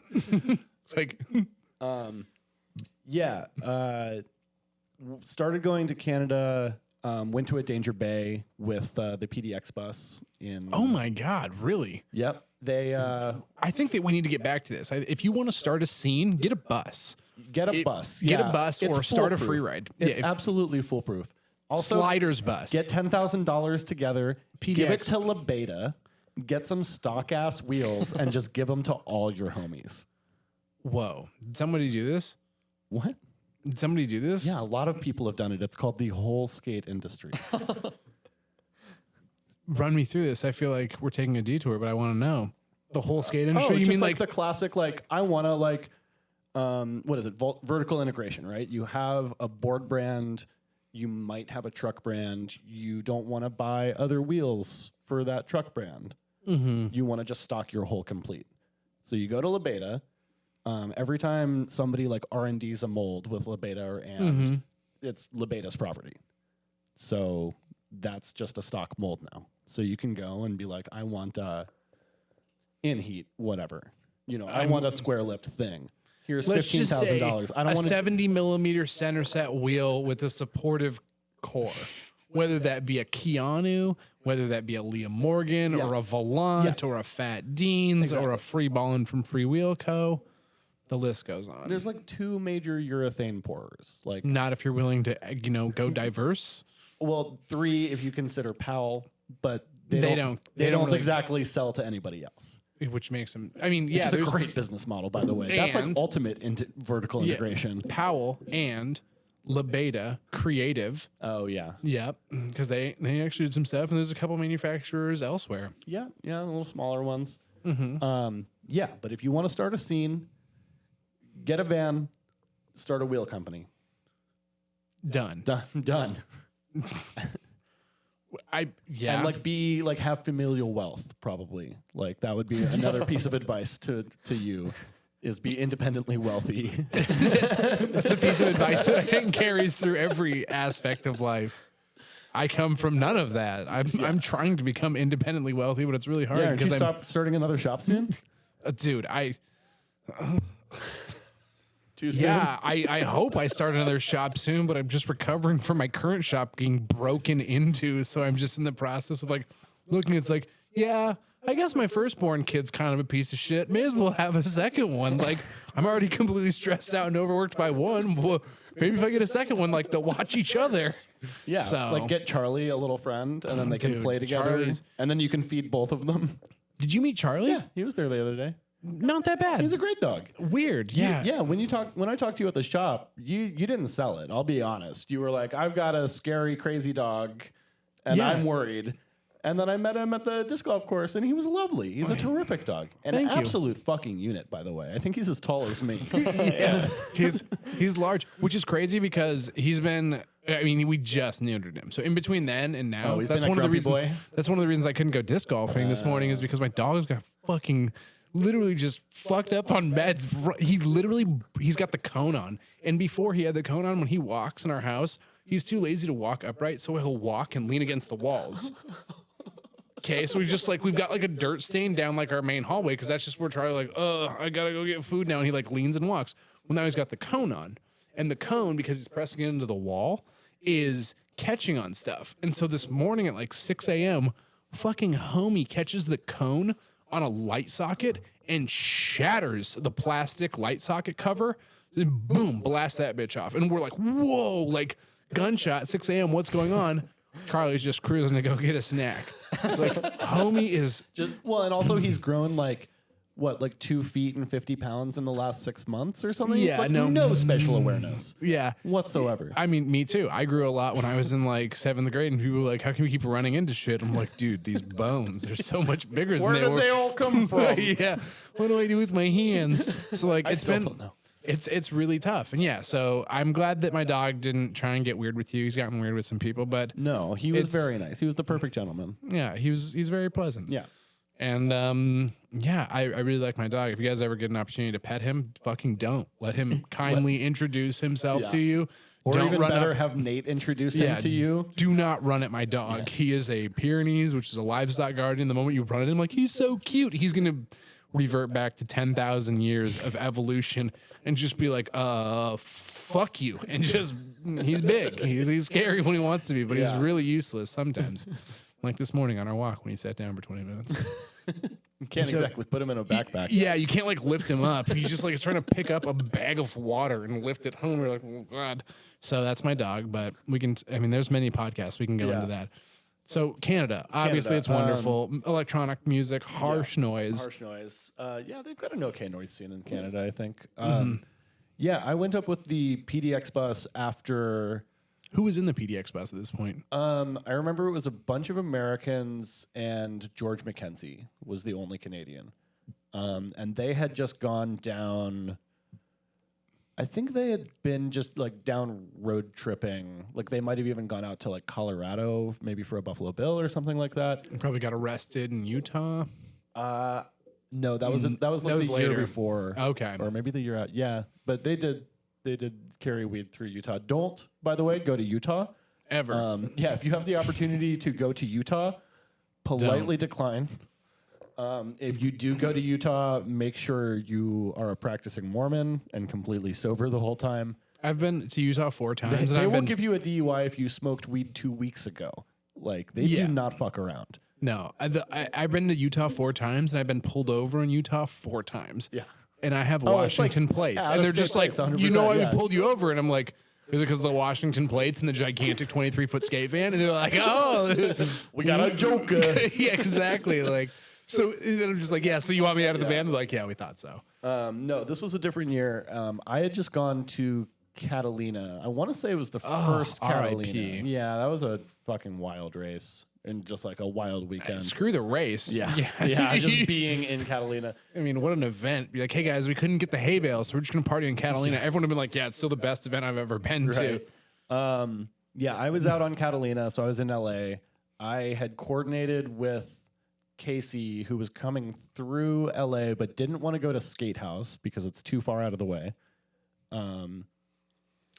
It made sense at the time. Okay. And like, I'm not in a position to argue. What I was in a position to do was organize a GMR session at Skate House and then get a ride from GMR because I could get Casey to meet me there. Skate House is not that far away from Long Beach. It's not. I mean, I think he just didn't want to like do any 405 things. I mean, I'd rather Right. drink Clorox than get on the 405. He was like, Oh. yeah, Skate House, I'm not doing that. Fuck Yeah, that. I'll drive like Can an you get hour. to like Glendora?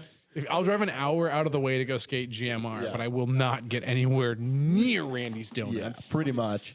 So yeah, met them at GMR, bombed all the way up to Canada, like barely made the ferry. We only made the ferry because we didn't get pulled into secondary, which like everybody was just 100% sure that we were going to do. Isn't that weird? I've been pulled into secondary a lot, and Yeah. every time, you know, it's the worst. You're like, there's 9 different countries of origin and 13 people in this van. Like, I get it. I always thought it helped that we had George on the bus, who was Canadian. So you put his passport on top, and then you put the driver's passport after that, and then filter everybody else through. Mm-hmm. And so he sees Canadian, he's like, oh, You're one of us, yeah, eh? must be cool. So somehow we didn't get pulled in. We made the ferry. We went to Danger Bay. I think that was Danger Bay 11, I want to say. It was wild. I did not go to the slide comp. I did yell slide comp a lot. You didn't make it to the slide comp. No, definitely slept through the slide comp. That sounds on brand for you. Yeah, I mean, that was like when Power Clown was still playing. Before my time. I didn't go to Danger Well, their Bay. bassist is like in jail for smuggling something into Australia, like a lot of somethings. So the Power Clown's never playing Danger Bay again. Oh, bummer. End of an era. But and then we skipped Jake's Rash, went back to Vancouver because it was supposed to rain. Ended up raining in Van and not at Jake's Rash, so kind of fucked that one up. I mean, I've been to Jake's Rash twice, and neither time it's rained. It's the Sunshine Coast. It's pretty. I mean, it's misnamed. It rains a lot. Isn't that where what was the TV show that was filmed out there? Danger Bay. Danger Bay was the name of the TV show. I don't know if it was filmed out there, but the Danger Bay, like the race, is named after Danger Bay, the TV show. Okay. Interesting. I did not know that. Yeah, it was like some shitty nautical. Also, thing shout from the out 80s. if we're going to talk about Danger Bay, like shout out Strike. Striker. Yeah, I'm absolutely. sorry. It's really just Get that sorry out that of the took so way, long. yeah. Striker, The absolute godfather of downhill Striker, skateboarding. Yeah. Bryson Striker Lions. There's the reason that I think they still make the Evo. Besides the fact it's sick. No, it caught back on. He was the reason that they made the Evo for a long time, but it definitely like has its place. It's not going anywhere. I saw him skate Mary Hill in like running shoes and like get to the bottom and like someone came down like, hey guys, you guys all need to get off the fucking road. Striker's coming down and he can't stop. And I just remember being like, wait, first off, that's a large guy. And second off, you're already announcing he can't stop. And they like opened the gate up and he like bombed out the bottom. And I was just like, yeah, He'll figure it out. He got it, but like, Was he whoa. barefoot?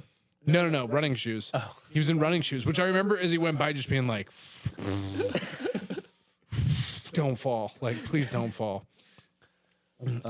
Yeah, so we went back to Van during Jake's Rash, and the bus was staying at Dylan's, Dylan Stevens. I forget who he was living with at the time, but it was like somewhere like 13th and Kingsway or something like that in that realm. Kind of close to where the hen house ended up being a little later. Okay. Where Katie Nielsen used to live with Kaylee, who runs the shop in Castlegar. Oh, wow.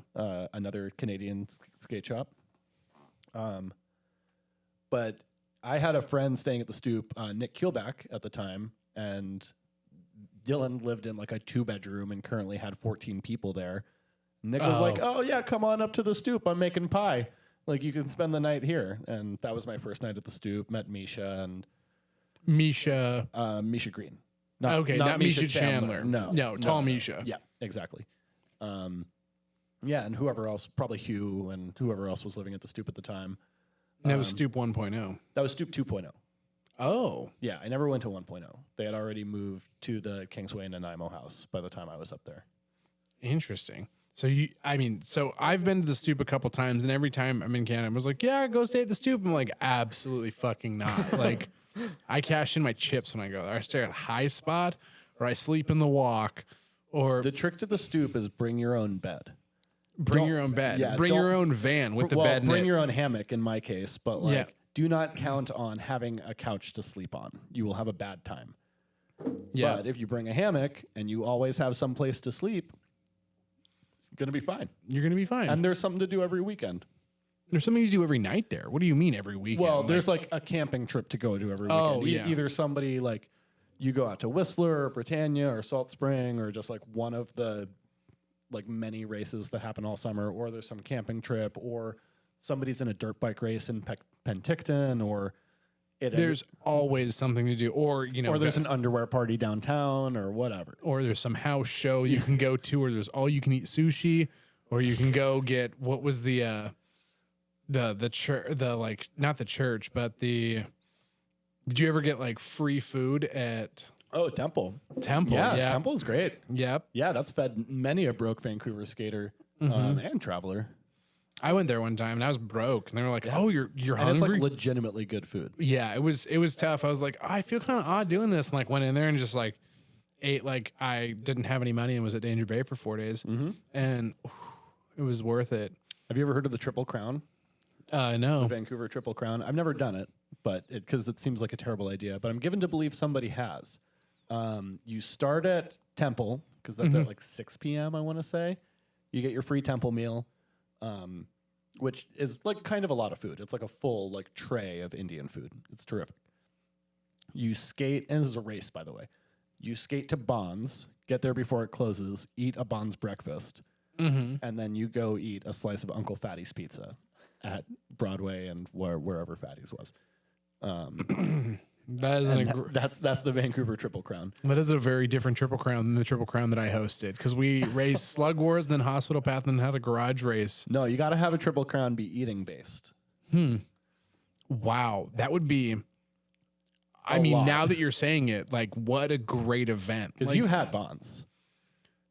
yeah, I've like- had a beer in Canada. Obviously, I've had bonds. I've had bonds at 10 a.m. every time I've ever gone. It's like, yo, we're gonna meet there at 9, and I'll be like waking up in a high spot. I'll be like, no. 9 o'clock is too early. Like I can't even look straight until 9:30. Well, and like you run the risk of people being outside taking up all the tables. You got to get there right in the in between, like breakfast and lunch. All the go getters are already gone and like off to their drywall jobs or whatever, and like the tourists haven't gotten there for like lunch bennies. Yeah, I mean, and what is it? You get the Bonds breakfast and then like 17 cups of coffee. Do and you you're good to remember go. your Bonds breakfast order?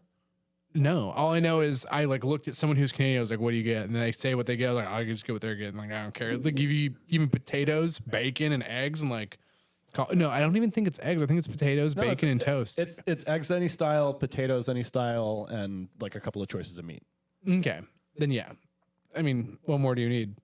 It's terrific. Yeah. Yeah. The only And other it used to be $4.20 out the door. Breakfast and a cup of coffee was $4.20, and that just like tickled my little stoner heart. For a yeah, long you're like, time, yeah. oh god. And then you can go smoke weed outside while you're waiting for your food. Mm-hmm. It's terrific. You know, is this gonna be the podcast where I finally admit that maybe I've smoked? No, No. I can't do that yet. Yeah, I mean, definitely. This sounds very similar to something I may have done. But one of the things that I know to be true is Newtown Bakery. Oh yeah, of course. Like 3 doors down from Flat Spot. Yeah. Yeah, that if I've definitely spent more money in Canada at that particular location than any other place. Like, granted, Bonds is good, but like the amount of times I'd be at Flat Spot, like I'd show up at Flat Spot, literally like look my head in the door and like see Leslie, like, "Hey man, how's it?" I was like, "Yo, like I'm just letting you know I'm here and I'm gonna be at Newtown for like 10 minutes. I'll be coming back, like come back, have like a couple beef buns, like." I was like, "Yo, yeah, you want to do this thing?" There, I'd be like, "Yeah, I only got 3. It turns out I'm gonna need 6. Like, I'm gonna be back in a second. Like, I'd be fucked up on Bonds for a shit ton of like, I'd be like there for 4 hours, but 3 of them would just be like in a Newtown hangover, not Bonds. Yeah. And pork buns, they do it to me every time. Yeah. I mean, like my favorite nothing to do in Vancouver day for sure is like go to Bonds at like a leisurely 11:30. Spend at least an hour and a half outside bullshitting and talking about nothing. Skate down to Flat Spot, get Newtown, bullshit and talk about nothing with Les, and then around like 5 go skate the seawall. And it's just a great day. You've done nothing. Yeah, you've done But your absolutely nothing. But your Instagram is on fire. Like it's one of those. It's like, how does he do it? And you're just like, it just comes so naturally to me to be able to live such a like flamboyant lifestyle.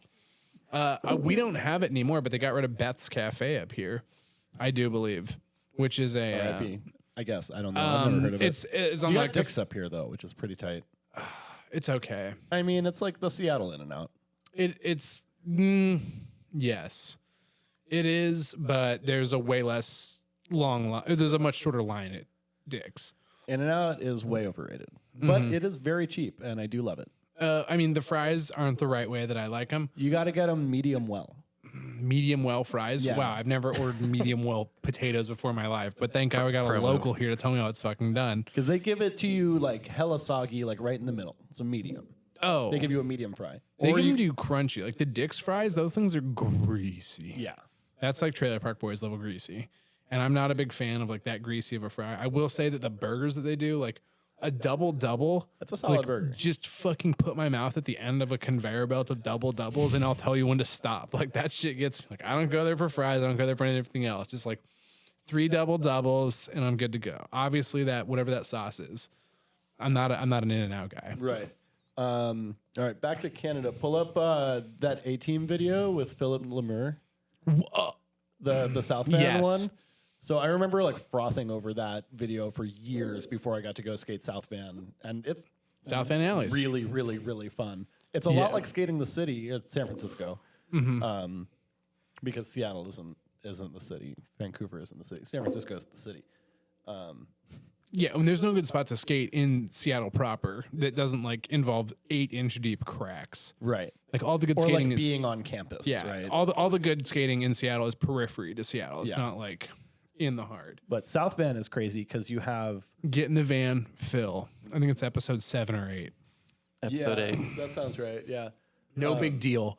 I knew exactly when you're like Philip Lemire. I was like, please There's just so little traffic. don't there. you quote the old magic to me. I was there when it was written. Oh, the old factory store. Dude, the old fucking van. They still have that. I mean, I'm sure they do. But rode when's the to- last time you saw that at Maryhill broken down? Oh, No, remember I- the she? Were you there at the she ride? I literally rode to Slasher on that in like 2019 in that van. That's great. Did you answer my question? Were you at the she ride? No, I'm not invited. For You was it the she ride or was it something else? No, I think it was the she ride because they brought the van down and they immediately beached it. And like, I don't think it was this. Actually, now that I'm thinking about it, I don't think it was the she ride. It was something else. It was the she ride that got canceled because not enough ladies signed up, and they did the Wolf Family Free Ride. Oh, and yeah. they brought like all the ladies down, and they fucking beached it. And I was sitting there with Les. where and, did like, they beach it? so you know, like in the parking, like in the Queef Beach parking lot, there's like, you know, all the big rigs are up top. Like the Omen van's there, the U-Haul that we had rented was there because we're like, They tried to take it all the way down. they tried to take it into the beach where there's just sand, and they got it like extra fucking stuck. And we're like, I mean, first off, I'm not going to say anything. Who was There could- driving? I can't name any names because no one was sober. So like, Fair. Nobody was driving. nobody was driving. It was it the was new on Tesla autopilot. Yeah. Thank you. Yeah. Fucking Elon. Yeah, but they fucking beached the fuck out of it. And they tried to like get our help. And like me and Les were sitting there just, you know, talking politics, you know. As one does. Yeah, you know, we're handling the paperwork, as you would say. And they come up and they're like, you guys, this is an emergency. And me and Les were like, this is not an emergency for us. Like, we are comfortable. Like, I fucking did my job. And they're like, our fucking van's stuck. And we're like, that's fine. Your van's stuck. It's like 11:30 at night. You have nowhere to go. Like, problem solved. This is a morning problem, not an evening problem.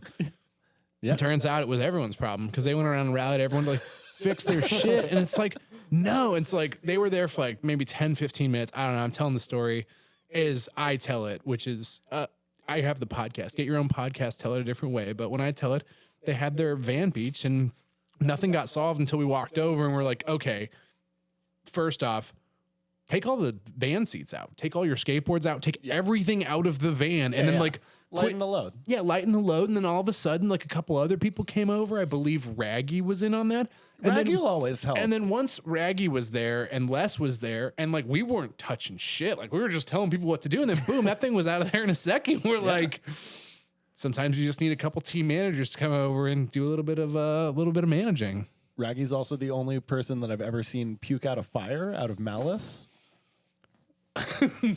I'm sorry, we're gonna have to unpack that for a second. What does that Puke sentence out a mean? fire. Yeah, he puked out a fire.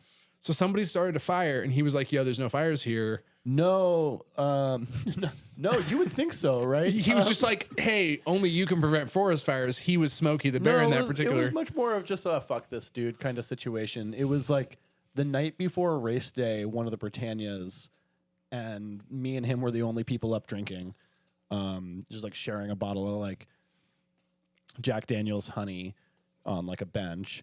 And like on the nobody else is up, but on the other side. Is this when the camping ground was right next to that like BMX yes. park? Oh, Yeah. chef's kiss. So good, so much fun. Took a really hard slam there one year too. Did you ride your skateboard through the BMX park? course. Okay, I fell there you too, but gots I didn't eat shit. I was like, I did in the first year, and I came back. I was like, I'm gonna do it again, and then boom. yeah. No, we were just like sitting up drinking. I think Stu had just gone to bed with his lady and like kind of left his fire there outside of his tent. And we see it from across the campground, and Raggy's like, "You see that fire? That's Stu's fire. I'm gonna puke out that fire." I'm like, "What?" He's like, "Yeah, I'm gonna puke out that fire." And he starts walking, and we walk over to the fire, and he sticks a couple fingers down Pulls and the trigger. pulls the trigger like multiple times. It's still on fire. It's tough. I mean, fires are tough to put out. Yeah, it's hard to put. Ask Southern California about it. Like, how much puke can a single person really make? He showed us. He took us there that evening. Okay. I mean, he's I would say this: if I'm ever having a terrible evening at a campground and I know that Raggy's there, I immediately feel better knowing that I'm not the one who someone's going to come looking to if all hell breaks loose, because like there's a hierarchy structure. And there are certain people that when you know they're at a skate event, you're like, if all hell breaks loose, I know that at least we can go to this person and look for some guidance. And Raggy's kind of like the senior dude on the job. Same thing, like if Les is at an event. Yeah. I feel he's very immediately Papa Les. Yeah. Or like King Brian even is like very much that role. Of Yeah. like, everybody's going to be really drunk and also really safe. Yeah. And unfortunately, Party mom. I've been put into that as well. Sure. Well, you were tour mom for a long time. Tour mom. So you already had your groms around you, and like, what's another couple of more for the flock? Yeah, and oh my Morgan's already like looking up to you for guidance with big doughy eyes. passing out in my arms at fucking Kath Lammet. Doing Literally too much mushrooms to have fun at Giant's Head. looking at me, grabbing me by the arm. He's like, sometimes I pass out. Just hold me, and fucking crumples in my arms. And I just remember being like, what the fuck is this? Like 3 a.m. in the morning, Monkey drives by. He's like, have a good evening. Like, like I'm literally holding Morgan like by the neck. And he's just like, oh yeah, this is just apparently. And then he like wakes up and like looks at me and he's like looking up. He's like, kind of like takes a second. He's like, did I pass out? And I was like, yeah, you totally passed out in my hands. He's like, yeah, sometimes I do that. And I'm just like, and that was it. That was the conversation we had. That was all. It's like, that's just his explanation. It's like, yeah, sometimes I stand up too fast and just, I'm so fucking tall, the blood doesn't get all the way to my head and I just fall down. I feel faint sometimes if it's a tall guy thing. Low on iron. I Yeah. get it. Not all of us can be drinking them concrete milkshakes like I do, but it is what it is. So Stoop 2.0 you go to, and then you are like, so Canada. How many events have you been to in Canada? Oh God, I have no idea. Like Whistler for sure. Oh yeah, Whistler like 3 or 4 times, Britannia 3 or 4 times, Sun Peaks once, Danger Bay 3 times, I want to say. Salt Spring Slash River. Yeah, 2 or 3 times. Giants had like 3 or 4 times. Sun Peaks. Sun Peaks just the once, just the first year. Really? Yeah. You hadn't been. So the first time that you went to Sun Peaks was the party house where we had the DJ all night. Hot tub house machine. Hot tub house machine. Yeah, with the hot tub. I mean, it's in the name, but yes, yeah, that year. Okay. With Cam's house, yeah. Yeah. Oh, thank you, Cam, for renting that house. I don't think we can tell any stories about that. We did have 3 personal DJs. We had Cam Frazier, we had Luke Mello, and John Huey. DJ Huey Love there, yeah. Yeah, DJ Huey Love. God, he put on an amazing set at Giant's Head that one year. Yes. He put on a really good set at Queef Beach one year as well. Yeah, I think that Giant's Head was the same one where we partied all night with John Huey, had a time, and like Maryhill and Giant's Head overlapped, right? Yes. So people had to like kind of leave Maryhill early to get to Giant's Head like a day late. And Lane Jackert like had just done the rip, like left Maryhill at like 5 p.m. This is the time that Alex Charleston just got done getting second place. Yeah. And he hopped in my van and like literally like from the race, got his check, hopped into the van, and we drove straight there. And like, you got in at like 4 a.m. or something. oh yeah. But I remember the entire time just being like, I'm driving up to Canada with this kid and I'm just like, you're not even old enough to drive and you just want fucking money. Like, fuck you, kid. Like, I'm driving like 12 hours. Like, I remember just being like kind of like spiteful. Like, that's a worthless drive. That drive, there's nothing interesting in. Especially at night. No. Great place to hit a deer. Yeah. Yeah. But yeah, Lane got into the campground at like 4 a.m. just blasting that Fetty Wap song. No, that wasn't Lane. That was me. Fuck you. That was 1738. Yeah. Was that you? 100%. I thought that was Lane. No, fuck Lane. And we listened to it for like 2 hours. That on was me. repeat. Yeah, no, is when I had the personal speaker that I stole from somebody at Maryhill. That was a loud personal speaker. You're welcome. You're welcome. And to whoever I stole that from. Finders keeper. You're welcome. Yeah. What Took was it it off your hands. Yeah. I mean, I didn't really steal it so much as they drove away and they're like, yo, we're out. We didn't win the race. And they just left the speaker. And I was like, I got extra space in my van. Like, here we go. Like, plugged it in. It was way louder than our own speaker. And we went, yeah, but I know exactly like, Yeah, you just like forget about it for a few minutes and then tune back in. And it was, yeah, that. it was actually not bad. Like if I normally would say no to listening to the same song over and over for 2.5 hours. But at 4 a.m. at Giants But it was Head, worth it. really hits different. Yeah, no, I was up all evening. I like went down and took a bunch of people's tent stakes out because I showed up at like 4 a.m. Was that the year Troy Yardwaste was waging sonic warfare on the like hammock gallery? Yeah. Where he like brought out the big speaker and just kept blasting it. Yeah, I don't know if that was. I mean, And then yelling blame yard waste the whole time. I mean, is this? I feel like we're almost getting into what we wanted to talk about earlier, which was the fucking King of the Coast event. This is like a great segue to that. So yeah. tell us about King of the Coast and why you're never allowed to contribute again. I mean, we could make another King of the Coast. I don't think we want to. It was a good one-off. King of the Coast came from Rice Fest, an event that I used to hold in San Francisco. Yeah, tell us about Rice Fest. What's that? Rice Fest is a skate scavenger hunt. You can find the rule book in City Blights. If I could see a copy, maybe. It's over there, Kyle. No, it's down here. Go. Yeah. Anyway, I used to throw a skate scavenger hunt called Rice Fest in San Francisco. Did that for like 4 or 5 years. It was largely based on the game of Gnar, which you haven't seen that. Turn this podcast off and go watch the game of Gnar. I think it's on Vimeo. Vimeo, unofficial networks. Unofficial networks. Gaffney's numerical assessment of radness. It'll really help Which is educate really you. McConkey's numerical assessment of radness. Yeah, but like Manar doesn't sound as good as they said. Yeah, I've seen the movie. it's a good movie. Frequently. You should watch it once a week. So we were watching a lot of that, and this is like early days of like King of the Road media when that was getting like they were producing like full movies out of King of the Road that you could watch. So we kind of took that, turned it into Rice Fest. This is going to be out of focus, but you can see it. And it's just half skateboard challenges and half lurk challenges. If you want to read off, What's a lurk challenge? Did lurking come out of the sliders, would you say? lurking was just like part of a sliders like tenant lingo. I don't know. Like the lurk was just hard. Like you would lurk a lot. Like if you went out to the Wednesday session every week, like you weren't taking every run because also you probably lived in San Francisco and you probably commuted by skateboard.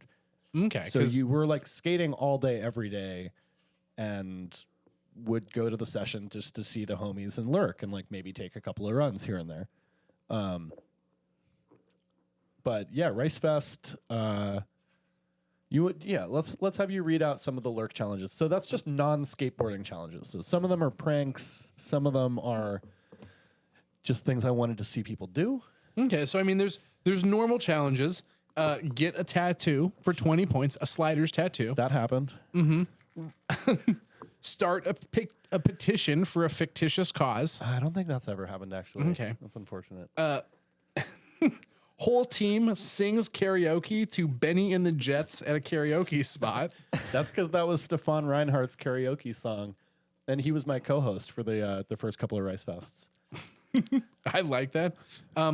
Uphill line at the China Banks. So some of these are real. Like uphill line at the China Banks, like that's a real skateboarding related Which maneuver. would be pretty gnarly to like do all 3 walls of China Banks uphill. Okay. I've never been there, but I know the spot well enough. It's like Yeah. the benches with the brick and the concrete ledge up top. Every video you've ever seen from there has been down the hill. Yeah. So an uphill line would be very difficult. Okay. Shotgun a tall can of camo black ice 2 times for in a bar or club. Shouts out Casey Morrow.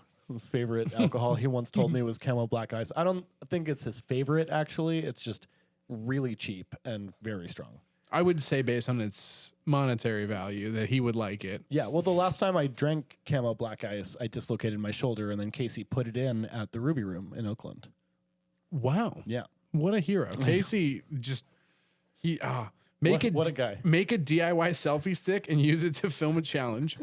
Catch a fish barehanded. For some reason, nobody's ever done that. Excellent. Ice an opponent or tech bro. A tech bro because it's San Francisco. Oh, okay. Because they're a dime a dozen. Queue up at least $5 worth of Freebird in a jukebox.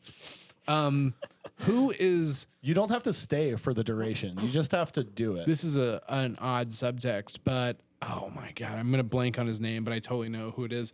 Liam Morgan and James Kelly, Brandon, and Max Myers. That's the right name, right? Max Myers. Yep. Came up to Seattle one time. We went to a bar, and it just so happened that we were like the 4 or 5 bros at the bar, and they were also doing like a wine and paint. there as well. Like, so like ladies, like it was like 50, But like, it wasn't like a private event. They were still letting people in off yeah, the it was street. like 30 ladies at like 4:00 in the afternoon, and they were all And, like, painting a and, bunch of skate rats. yeah, and a bunch of skate racks. And Max proceeds to go over and put like $20 of Who Let the Dogs Out into the jukebox. And it was like the second time it came on. The I looked. notorious grandmom killer, by the way, Max Caps. Like, do not let him near your mom. I mean, that's a different Max. Max Myers is a wholesome gentleman. Sorry, I misheard. Max Myers, yes, he's wholesome. He's married. He's super funny. Yes, Yeah, he's got a beard. Exactly. And he gave me one of my favorite sayings of all time, which is "That's not my cross to bear," which He does like deflecting blame from himself. yes, it's one of those things. Like when he says that, I was like, "Oh man, I'm gonna stick with this for life." Yeah. Max Caps is definitely unsafe at any distance from your mom. he would have been extremely excited about this wine mom. Oh man, art good night. for him. I mean, No, everybody's got their thing. Max Myers actually indirectly had a strong influence on the early days of the Sliders because he lived in Isla Vista with Eric Singer. Oh wow. And Big Dave had gone to UC Santa Barbara, but like was living in San Francisco at the time, but knew the area, knew Max and Eric through school / like them being the only downhill skaters around, and would take the Sliders down for like weekends in Isla Vista. And there was one ridiculous one with like Liam Morgan was like 16. George Siddiqui was there just like yelling Kentucky bourbon in everybody's face. I don't know if you haven't been to Isla Vista, but you can kind of just like every house is a party on Friday night. And there's just people drunk everywhere, cops on the street. You probably will get arrested if you like do the wrong thing. But the only thing wrong to do is just have a beverage outdoors. That's a pretty manageable rule. You would think so, right? Also, don't sit down on the curb. You'll get arrested for sitting down on the curb. Or you'll get arrested for being drunk. The cops will talk to you for sitting down. But like, yeah, Max and Eric would have us over at their house, the house that they had with Lindsay Parker at the time. And we would all camp in the backyard and just have a time. Go skate like ECC in the day and do the IV thing at night. And that became like the Santa Barbara free ride kind of came out of that, or it was a race first and then it was free ride. Okay. And that came out of that culture. Very, very cool. That's super interesting to hear about Southern California stuff because like, or even any California stuff. Cause like I was in Washington the entire time and like looking at all these videos and like, oh my God, they're so cool. Everyone down there is so sick. And it's like, oh, it's sunny 350 days of the year. Damn, that makes a huge improvement. It does help. Yeah, it's a lot easier to get good when you don't have to take 6 months off. Pretty So much. you, and then at what point did you become? What point did City Blights start? I think the first issue came out in 2014. I want to say 2013. Okay, so we're at 7-8 years I now. don't even remember. Yeah, this is the 5th issue, but I did skip a couple years just because it's a lot to take on, and I wasn't going to as many skate events or just doing skate-related stuff, so it was harder to source content because I shoot everything. But the first one was just a zine. Just I actually designed it at the Stoop in like 4 days and got it printed for Britannia. I think it was just like a way, it was partially like a way to make money on the road and partially a way to show people my photography because I felt like Skate Slate was kind of blossoming at the time, Wheelbase was around, and I didn't know how to like show anybody my photos. Like I just didn't have like a conduit to like get that out there. And I also wasn't that good, but I thought I was. The story of Nate. Like looking back on my early shit, it kind of sucked. But at the time, I was like, they should be printing me in Skate Slate. Like, Why am I not on the cover? Yeah, exactly. If Dubes Eldorf can get a cell phone photo on the cover of Concrete Wave. Right. Shout out Rain Daly. That was my boy, Rain Daly, cell phone photo, cover of Concrete Wave at Catalina. There you go. Blow up the spot. You can do it too, kids. Get an iPhone. Yeah, so I figured out, I like learned, taught myself InDesign, designed it at this, like pirated a copy of InDesign in Canada. So good to hear. Designed it at the Stoop in like 3 days, got it printed at the print shop down the street on Kingsway, and then took them to Britannia. I think I made like 25 or 30 or something like that, like however much money it was. Really freaked the dude out because he just runs like some kind of sign print shop. And I come in asking for a magazine. He's like, I can't print that. I'm like, dude, just like double-sided pages, I'll fold them and staple them. He's like, all right, I can do that. So the first one was just like black and white on like slightly thicker stock than computer paper, hand folded, hand stapled, sold them at like Britannia and around Vancouver. And then they kind of just got bigger and better from there. I started learning InDesign more. I was editor at the school newspaper that I went to in Oakland for a while. School newspaper nerd. Yeah. Shouts sorry. out the Laney Tower. That's something I wish I knew how to do is Photoshop. Yeah. All my memes are created on Instagram. I mean, that's a vibe. People make money by creating memes on Instagram now, so there's a market for it. Have you not seen Free Wheel Co? No, I don't follow you. Well, then you wouldn't know that we're making money off of memes on Instagram. Are you monetizing Instagram? Yeah. Really? We sell wheels. Oh, that doesn't count. What do you mean it doesn't count?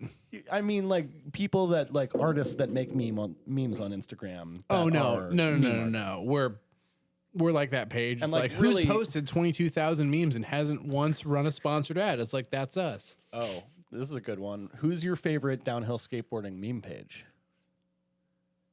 High Spot Skate House, without a doubt. Okay. The- High their- Spot's good. They're Their killing it. meme, Yeah. which was like a smoke detector, but it turns off when you yell. It's just spliffs, and it's the button and the guy going invest. That shit, it's super good. Who runs that? Is that Andy? I honestly don't know, but they had some super good memes shitting on Or like Les. Harlan, maybe? Yeah, where it's like the picture of the Joker lighting all the fucking money on fire. And it's like when you buy 2 of every reissue deck. Yeah, they just released this one on the podcast, yeah. and I talked about them being my favorite one. The Like, one of Stu was amazing. Yeah, no, you're right. They've been absolutely shredding. I think uphill snowboarding is just like the old favorite. yeah, they do a good job. There are some that like I like that are way too controversial, but I'm also one of those people like if it makes me laugh, I don't care. Like I understand that like a joke that offends someone and a joke that makes someone laugh all came from the same place, which is like I tried to make you laugh. Bottom center. That's somebody reading City Blights. Ooh. Really? What's the caption? Be like when you need to roll a joint? Probably. Yeah. Oh wow, City Blights. That's almost a plug. Holy shit! I think it's legitimately a plug. And they've got a rolling tray. Okay. Yeah. So we just talked about that. Favorite rolling tray. Oh, like an American Spirit pouch.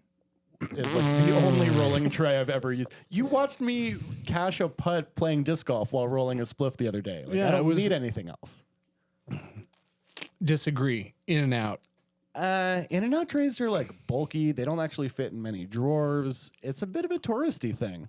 First off, you're wrong. Chevy Silverado. They're too tall. Also, No, wrong. Wrong once again. they don't need to be that tall. You don't need all that sidewall.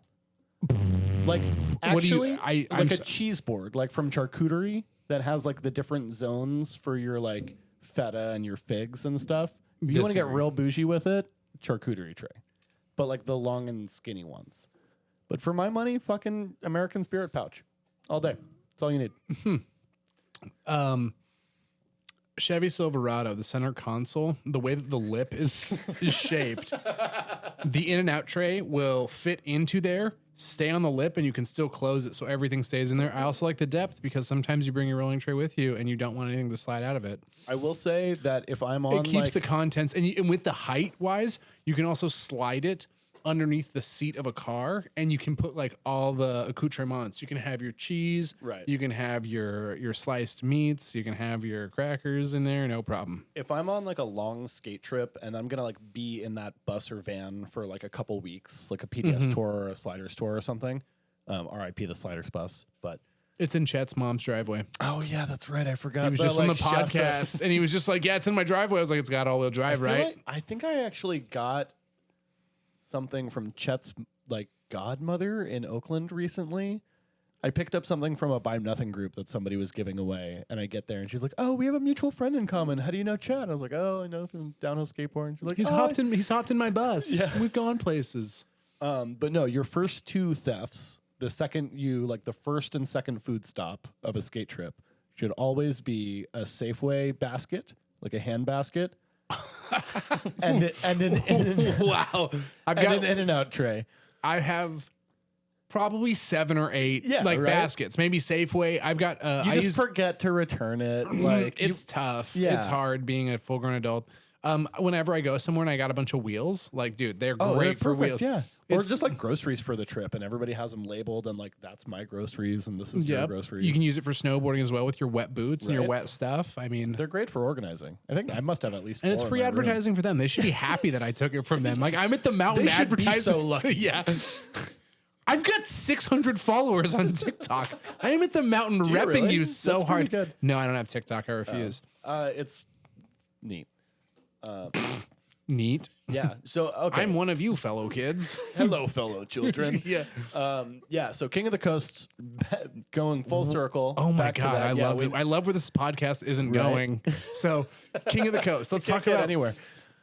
King of the Coast came from Rice Fest, but Rice Fest was one day, sometimes 2. I always wanted to make it 2, but like people could only really commit to 1. So it would be like 4 teams, like 8 hours.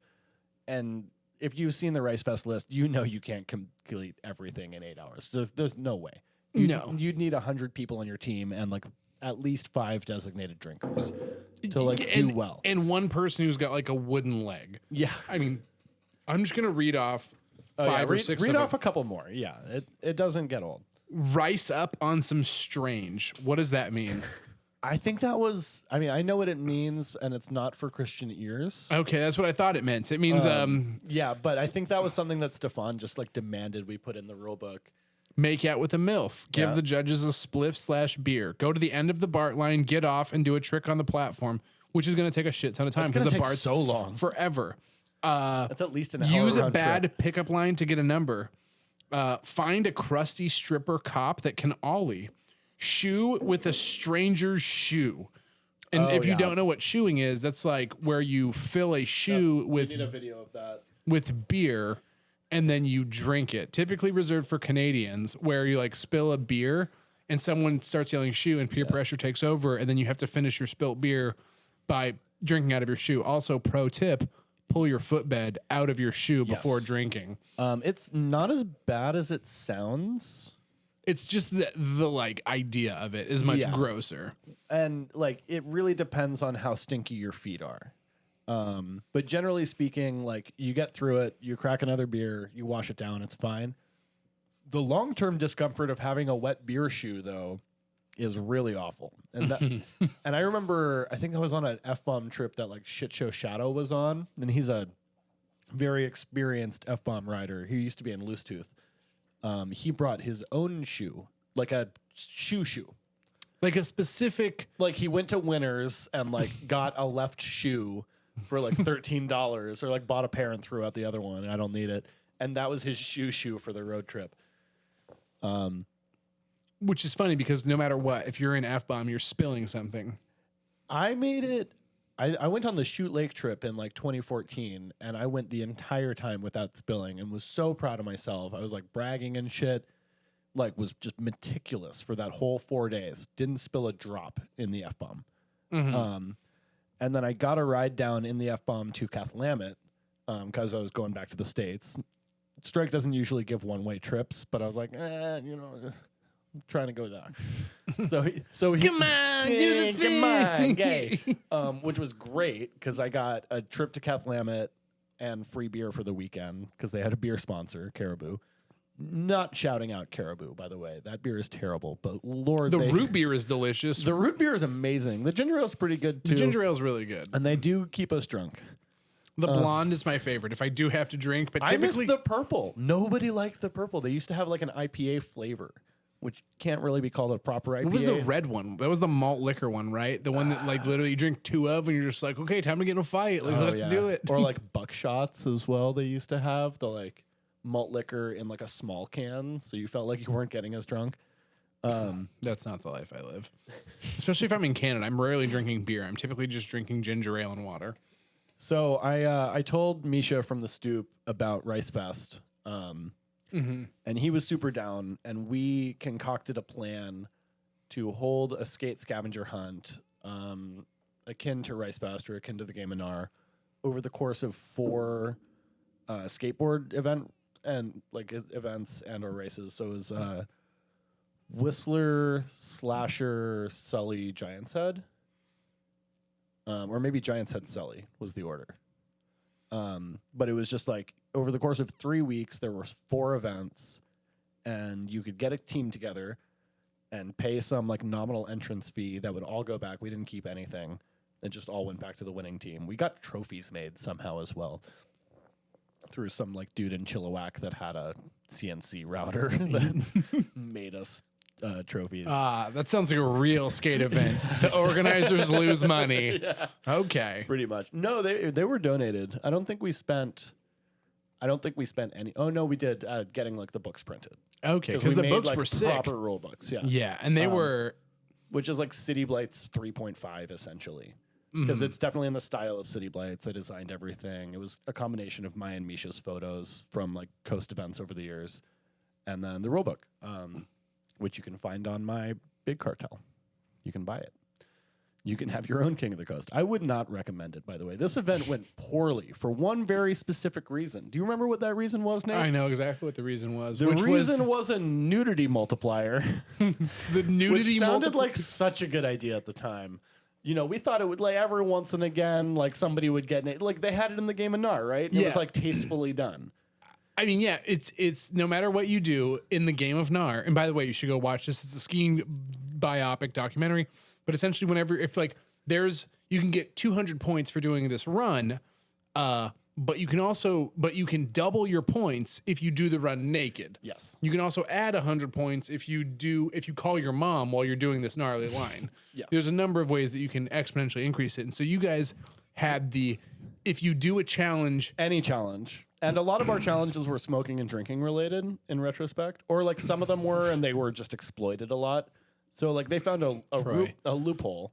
Mm-hmm. Troy and Cody Lux found a loophole that was you could shotgun beers and or do dabs naked, just like ad infinitum, which they were pretty much used to doing all the time anyway. Yeah, except now they weren't wearing pants. And except for now they weren't wearing pants and also posting their penis on the Instagram. Which, like, I'm so surprised none of those accounts have ever gotten flagged. They're still up. Really? Yeah, you can still, I mean, like, nobody like admins them, so you can't join the accounts if you don't already follow them. But if you already follow like the King of the Coast teams from a few years ago, you can go relive the action. It's a beautiful experience. Interesting. And you'll see a lot of dicks. One of the big criticisms of the event from spectators, because you had to post every challenge on Instagram, was so many people told me like, man, I really love what you're doing. It's really fun. I had to unfollow it because I just did not want to see any more dicks on my newsfeed. I was like, you know what? Fair. We're not for everybody here. Yeah. And then we tried to change the rules, and Raggy and Bryson were like, you guys are cheaters. Later, we find out they'd been cheating the whole time. Yeah. Also, never play any games with Bryson. He's the like cheatiest cheater that's ever cheated. I played beer pong with him exactly once at Shoot Lake, and the entire time, like we're way back here playing beer pong, and he's just elbows, get your elbows back. Oh yeah, and we're like just coming up on some fungus things, and it was just like a weird, like really intense vibe that he brings to every level of competition that I would not recommend participating in. Yeah, a beautiful person otherwise. Yeah, but just like can get a little intense when literally anything is on the line. I remember being there with Monkey during this King of the Coast, and like my quote for that weekend. Which events did you go to of the 4, by the way? Giant's Head and was that it? I didn't go to Sully. Giant's Head, Whistler, Slasher, Sully were the 4. I want to say if those were the events, it was Slasher and Giant's Head. Okay. Slasher was the one I didn't go to, I think. Potentially. I know that I was at Giant's Head because that's when I came up, and I remember for that event saying, like, I've seen Troy's penis more on this event than I've seen my own. I remember that. And that was, like, he literally comes to me all the time because, like, we'd been around the block. Like, Troy and I are, I mean, we're 2 peas in a pod. Like, there's, he can't be offended and I can't be offended, so we get along great. And, like, one of the things that he like always comes to me and be like, I just took a run down Giant's Head. Like, yo, Nate, I need to film this video. And it's like, what's the video? And he's like getting his pants off already. He's like, I got to shotgun this beer. And it's like, shotgunning a beer is like 20 points. And like doing a gnarly downhill run was like 100 points. But you can only It get. was weighted pretty poorly. Like, Yeah, the points-wise. weight wise is like Yeah. someone would Like you were heavily incentivized to just sit in the back of an RV and smoke hella weed naked and Yeah. post it on Instagram, which like Cody Lex and like that whole team like definitely exploited. Yeah, did a Yeah, lot. they really did a good job. So we there. tried to change the rules. Like I think coming into It wasn't at Giants that you guys tried to change them. It had to have been going into Sully it because must have been going into because I Sully. remember at one point Troy Welcome back to Nate Gone Wild. Big shouts out to our sponsors. exactly unofficial sponsor is Stay Stoked Grip Tape. and a cup of water to And get a these cup of boys water. all wild. Can Okay. Topo Chico be an unofficial sponsor? They're cool. Yeah, All right. Shouts out Topo. join our Patreon. Yeah, you'll join- win free stuff. So we were just talking about the King of the Coast. Yeah. Unfair weighting of the point system, pretty much being slighted towards men. Just incredibly short-sighted at every step. Yeah, it was like, oh, the gnarliest trick you could do would be like 50 points, but like getting naked and drinking a beer would be like 40 points. So it's just like, wait a second, I don't see any other road. And then I later found out they were doing a lot of cheating. I won't name names because it was literally everybody, but like people came up to me after the competition and was like, yo, we weren't even drinking beer. We were just naked. I was like, all right. Like, what do you want me to say to that? Like, well, okay, cool, you're a cheater, and now I know. People were, they would call it playing the game as written. I would call it exploiting loopholes of a short-sighted system. Either way, we decided to try to close those loopholes going into the last one or two events of the series. Well, because at one point Troy was naked, Like drinking, 24/7. was yeah. naked, drinking a beer down Giant's Head, barefoot. And Oh, that was great. Yeah. that was great. And Jim then Snerd also bombed a highway naked barefoot, which was also great. yep. I think Troy took a shit on Stu's car. Oh, yeah. I naked, remember that. naked, That because was a Giants everything set was. too, yeah. I remember just like, yo, it doesn't matter. Like, it's like take a shower naked. Like, damn, Stu was so bummed. oh, Stu. I'm so sorry for facilitating that, Stu. Yeah, that was I owe you a beer. that was definitely raw because I was there when Troy was like, yo, I need you to come be my backup. I was like, okay, like, yeah, I'm sure. I'm wide-eyed and bushy-tailed. Let's He go. wasn't even playing, I don't think. Troy? No, Stu. Oh, I don't think he was on a team. dude, you're telling me Team Pizza didn't have their own team? Oh, no, Team Pizza did, but then they like dropped out super early. Same with the The ladies. well, yeah, them too, but what was that like weed like the dab company that was sponsored Oh, like Glacier yeah. Bay or Yeah, something? Glacier Gold. Glacier Gold. Yeah, god, what a bunch of Thank God. I mean, I just remember going to what a bunch of people. going to Danger Bay, and they had like for $5 you can do all the dabs you want. Yeah, god, that was a lot. I literally didn't even go over there. I just saw people coming out looking like zombies. I was like, visited, actually, I yeah. got to be up for 3 days because I'm nervous about someone burning my van to the ground. So I'm just gonna not go get. Yeah, I found near out there. that 3 dabs is the limit to like stay being able to have a conversation with somebody. Yeah, and they're just giving them out. They don't care. Oh, like fucking candy. Yeah. I'm like, oh, I saw you 3 minutes ago. Well, you're probably done coughing now, so come on back there, honey. The year before that, it was Budzilla at Danger Bay, the like Yeah. quasi-legal medical marijuana shop in Vancouver that would come out and just have like a table of like stuff for sale. Anyway, don't bring weed to Canada. It's like bringing sand to the beach. You just Yeah. don't even need to bother. Don't do it's it. around. And if they ask you crossing the border, just be like, dude, no, Wh- there's no why? reason. What? Why? The goal is to get rid of it all before we get here. You should have caught us 5 minutes ago. So yeah, who I think the Brown All Stars won, which was Troy's team. It was like generally like Troy's team versus Striker's team were like the two team captains. And yeah, Troy just smoked and drank a lot naked in like a really successful way. Very God honoring. Yeah, he did not stop. Yeah. Yeah, there's that great picture of him skating the Sully skate park, like with a kid in the background. I guess the disclaimer here is that nudity is like much more acceptable socially in Canada than here, and it like wasn't sexual at all. He was just at a skate park and happened to be naked. Yeah. So like it's a little more fine. Still pretty illegal, but like socially acceptable. But yeah, no, had a ridiculous time with that.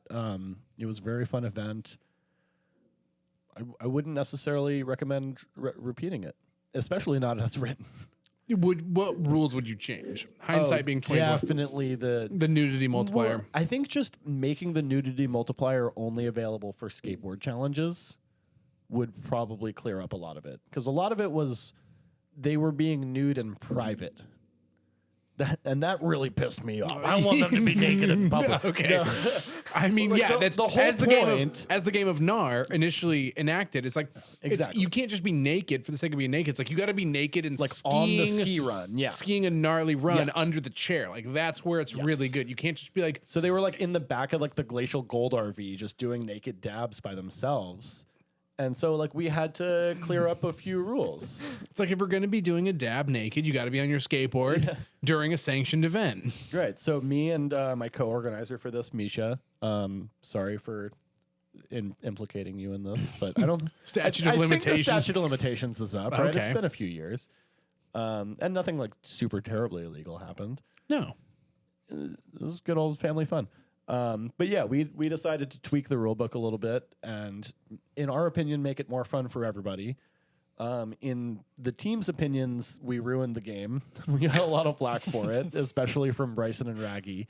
Yeah, I don't know. Lives went on. It was a Who ended up wild winning? event. Troy. The Brown All Stars. So Yeah. there was like Troy, Luther, who got arrested, and Whistler. The only person to get arrested during the game, which is negative points. I think that's the only negative points on the rule book. Is getting arrested? Getting arrested is like -50 or something like that. Which is still barely anything compared to like 40 points being a naked shotgun. Yeah, right. Well, we didn't think that through. But yeah, it was like Troy, Luther. I think James Ware was involved. I forget who else. Potentially Mac. No. Makwasi, no first or last name given. Yep. No, I don't think he was involved. He's probably too cool. Yeah. He's too cool for most things. Speaking of being really cool, oh man, I'm blanking on his name. He's from Canada. He was popular he was a better skater as a younger kid, and then he definitely like got washed up real fast. What? Quinn? No. He didn't even get washed up. I think he just fucked off. Can you put the camera on Dave really quick? It's not on me, right? Like, you know who I'm talking about. Like, did he drive a Subaru or something? WRX? This does not narrow it down. Who did he ride for? Rain. That checks out. God. Such a party animal. Like, disco party animal. Potentially friends with Dylan Stevens. Used to be like roommates with Dylan Stevens, maybe. Yeah. I'm gonna do one of those like, oh, that guy. No. Like, but Someone will let us know in the I comments. don't know specifically who you're talking about. I'm sure I know them for sure I know them, but I don't know who you're talking about. It was the time where they showed up at Danger Bay and they like locked all their drugs in their car, and eventually they were able to break in their car and get all their drugs back and then give them to everyone at the campsite. Sure. I mean, well, everybody needs Metamucil. Yeah, at exactly. Danger Bay. And Benadryl like, because of other the over-the-counter type so medications. that person was now we can't say their name. That's what I was trying to get at before. But yeah, so now we just got to move on. So King of the Coast, total flop. Because I think it was a success. We had some trials and tribulations along the way, but I don't think it's repeatable. So in that sense, it's a failure. But generally speaking, everybody had fun. It was a positive experience for everybody. And it worked out really well. You had 4 events in a row. Like I was talking to you about this earlier. Like it'd be great to have it line up where it goes like Maryhill, Giants Head, Sun Peaks, Danger Bay. Mm-hmm. If those 4 events could happen back-to-back weekends and you had 4 weeks of ripping and you threw like an event like that, it would be, obviously like one of them is like 200 points, get called into secondary. Yeah. Like, well, that was one of the allure of spending a summer in Vancouver at the Stoop, because like you just could. It was super easy. It was like $100 a month to set up your hammock, and that's Canadian, so it was like $75 a month in rent. And then there's like You get there for Danger Bay, which is May long weekend. Jake's Rash is the next one. Then Britannia. Then like a couple of weeks off where you just go like some random camping trip. Then Whistler. Then to Maryhill. Then I don't know. Maryhill. And then Giant's Head. And then Cathlamet. And like you just had a whole season of like easy to hit events that like somebody was going to. You didn't need a car. You could hop in some van or some RV or just like something. And you could get out and do it. It was super easy. So I've done tours with like Bussy, actually. So for the King of the Coast one, I did Giant's Head and Sully with Bussy and with Kelsey Crozier, Whoa. who's a fucking wild man. Like, That one is of an my favorite understatement. people. Yeah. He's a sober person, and vegetarian. So he doesn't do any substances, but he does like to get fucking wild. Like he doesn't need those substances. No, he doesn't. Or he like compensates by being like The most extreme. Yeah, he's also in like an ice road trucker by trade, so he has the short Bussy, which I think is little more than a living room in Nanaimo right now, but it still exists.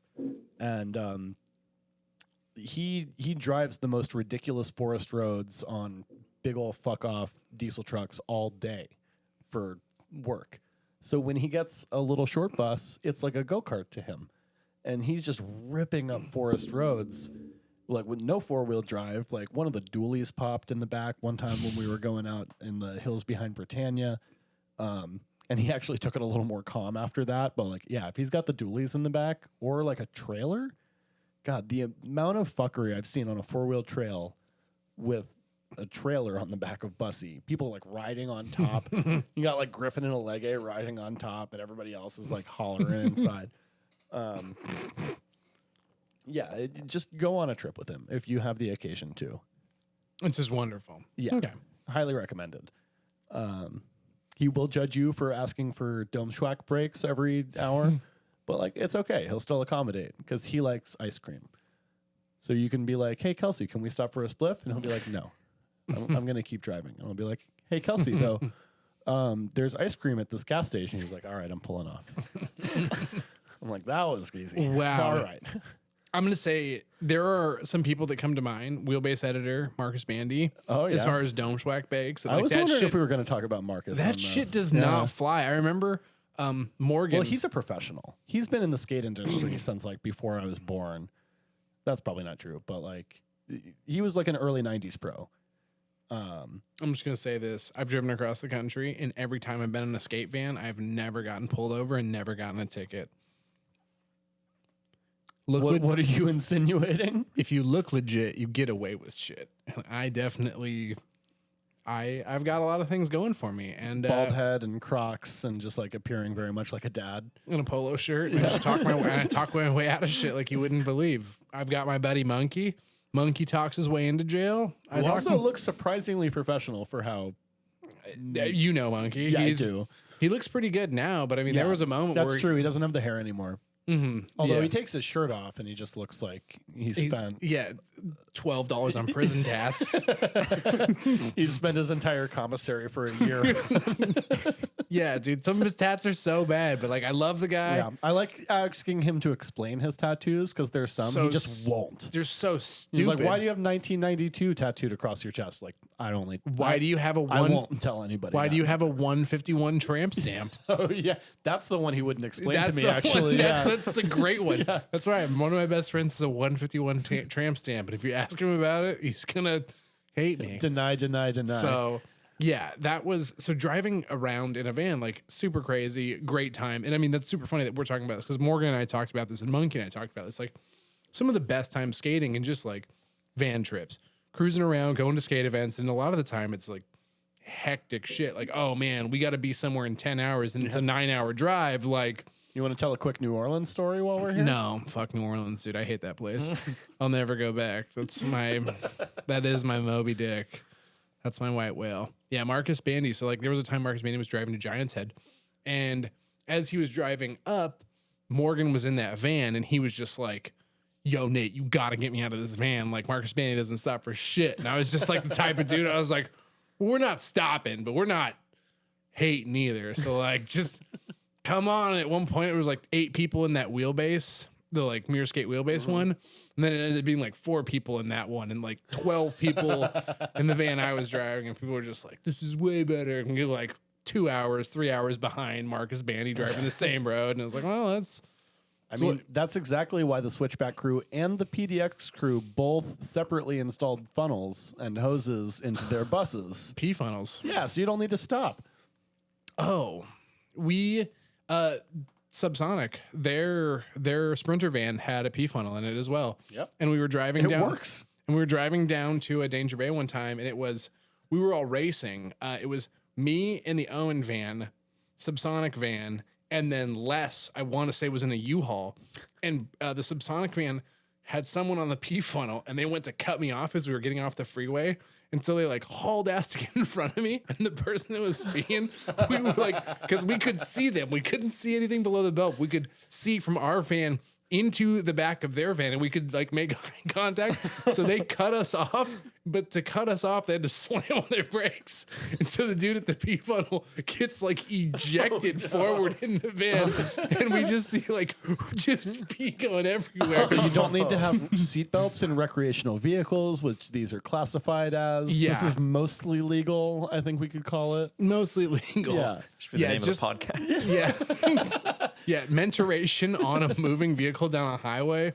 That's a gray area that I don't think they've had a lot of opportunity to like write legislation on. But yeah, so I think, I forget who it was, but I saw someone get yeeted off their feet while peeing out of a pee funnel into the middle of a van. And I just remember being like, and that's why we don't have a pee funnel in the van. Grab the empty gallon of milk. Like, you've got this. Yeah, we've all done that one. Yeah, that's why you got to write your own name on your own pee gallon. Yeah, well, make sure to get the gallon, too. Do not try to pee into a liter Gatorade. No. You will have a bad time. Yeah, God, I feel like we've been on road trips together. You just know. I don't think we've actually taken a road trip together. I've just seen you on We've been on a lot of events to events. It's like, oh, we went to the same event, but you just didn't get in my vehicle. Why would I? That sounds wait. dangerous. Did you go to Skate Sun Peaks? Yeah, I went with Cam. You went with Cam. You didn't come with... Oh, No, I rode with Cam. never mind. I was about to say, that could have been one.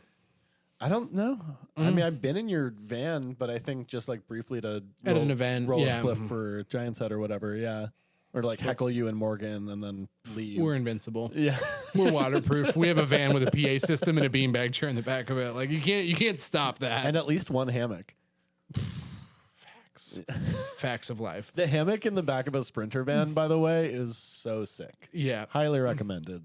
And when you're just driving down the road, you just throw all your stuff in the hammock and it acts like a nice little area to hold your shit. Yep. And then it's time to sleep. Boom. And the other thing is, I wouldn't trust a hammock on the road, though. Levi, I think this has been talked about, but Levi got shit out of a hammock. We were cruising down the road and like there was a small hole and you're bouncing. And then I think we were I don't know. This is, it all blurs together, but yeah, Levi definitely like fell through a hammock onto the ground. It was just like, oh fuck. And we're like, it's okay. He's sponsored by a hammock company, but definitely a bummer at the time. Yeah, I remember being on a PDX bus tour and had slept in the hammock spot that like ran down their like spine, that like kind of just hand holding thing.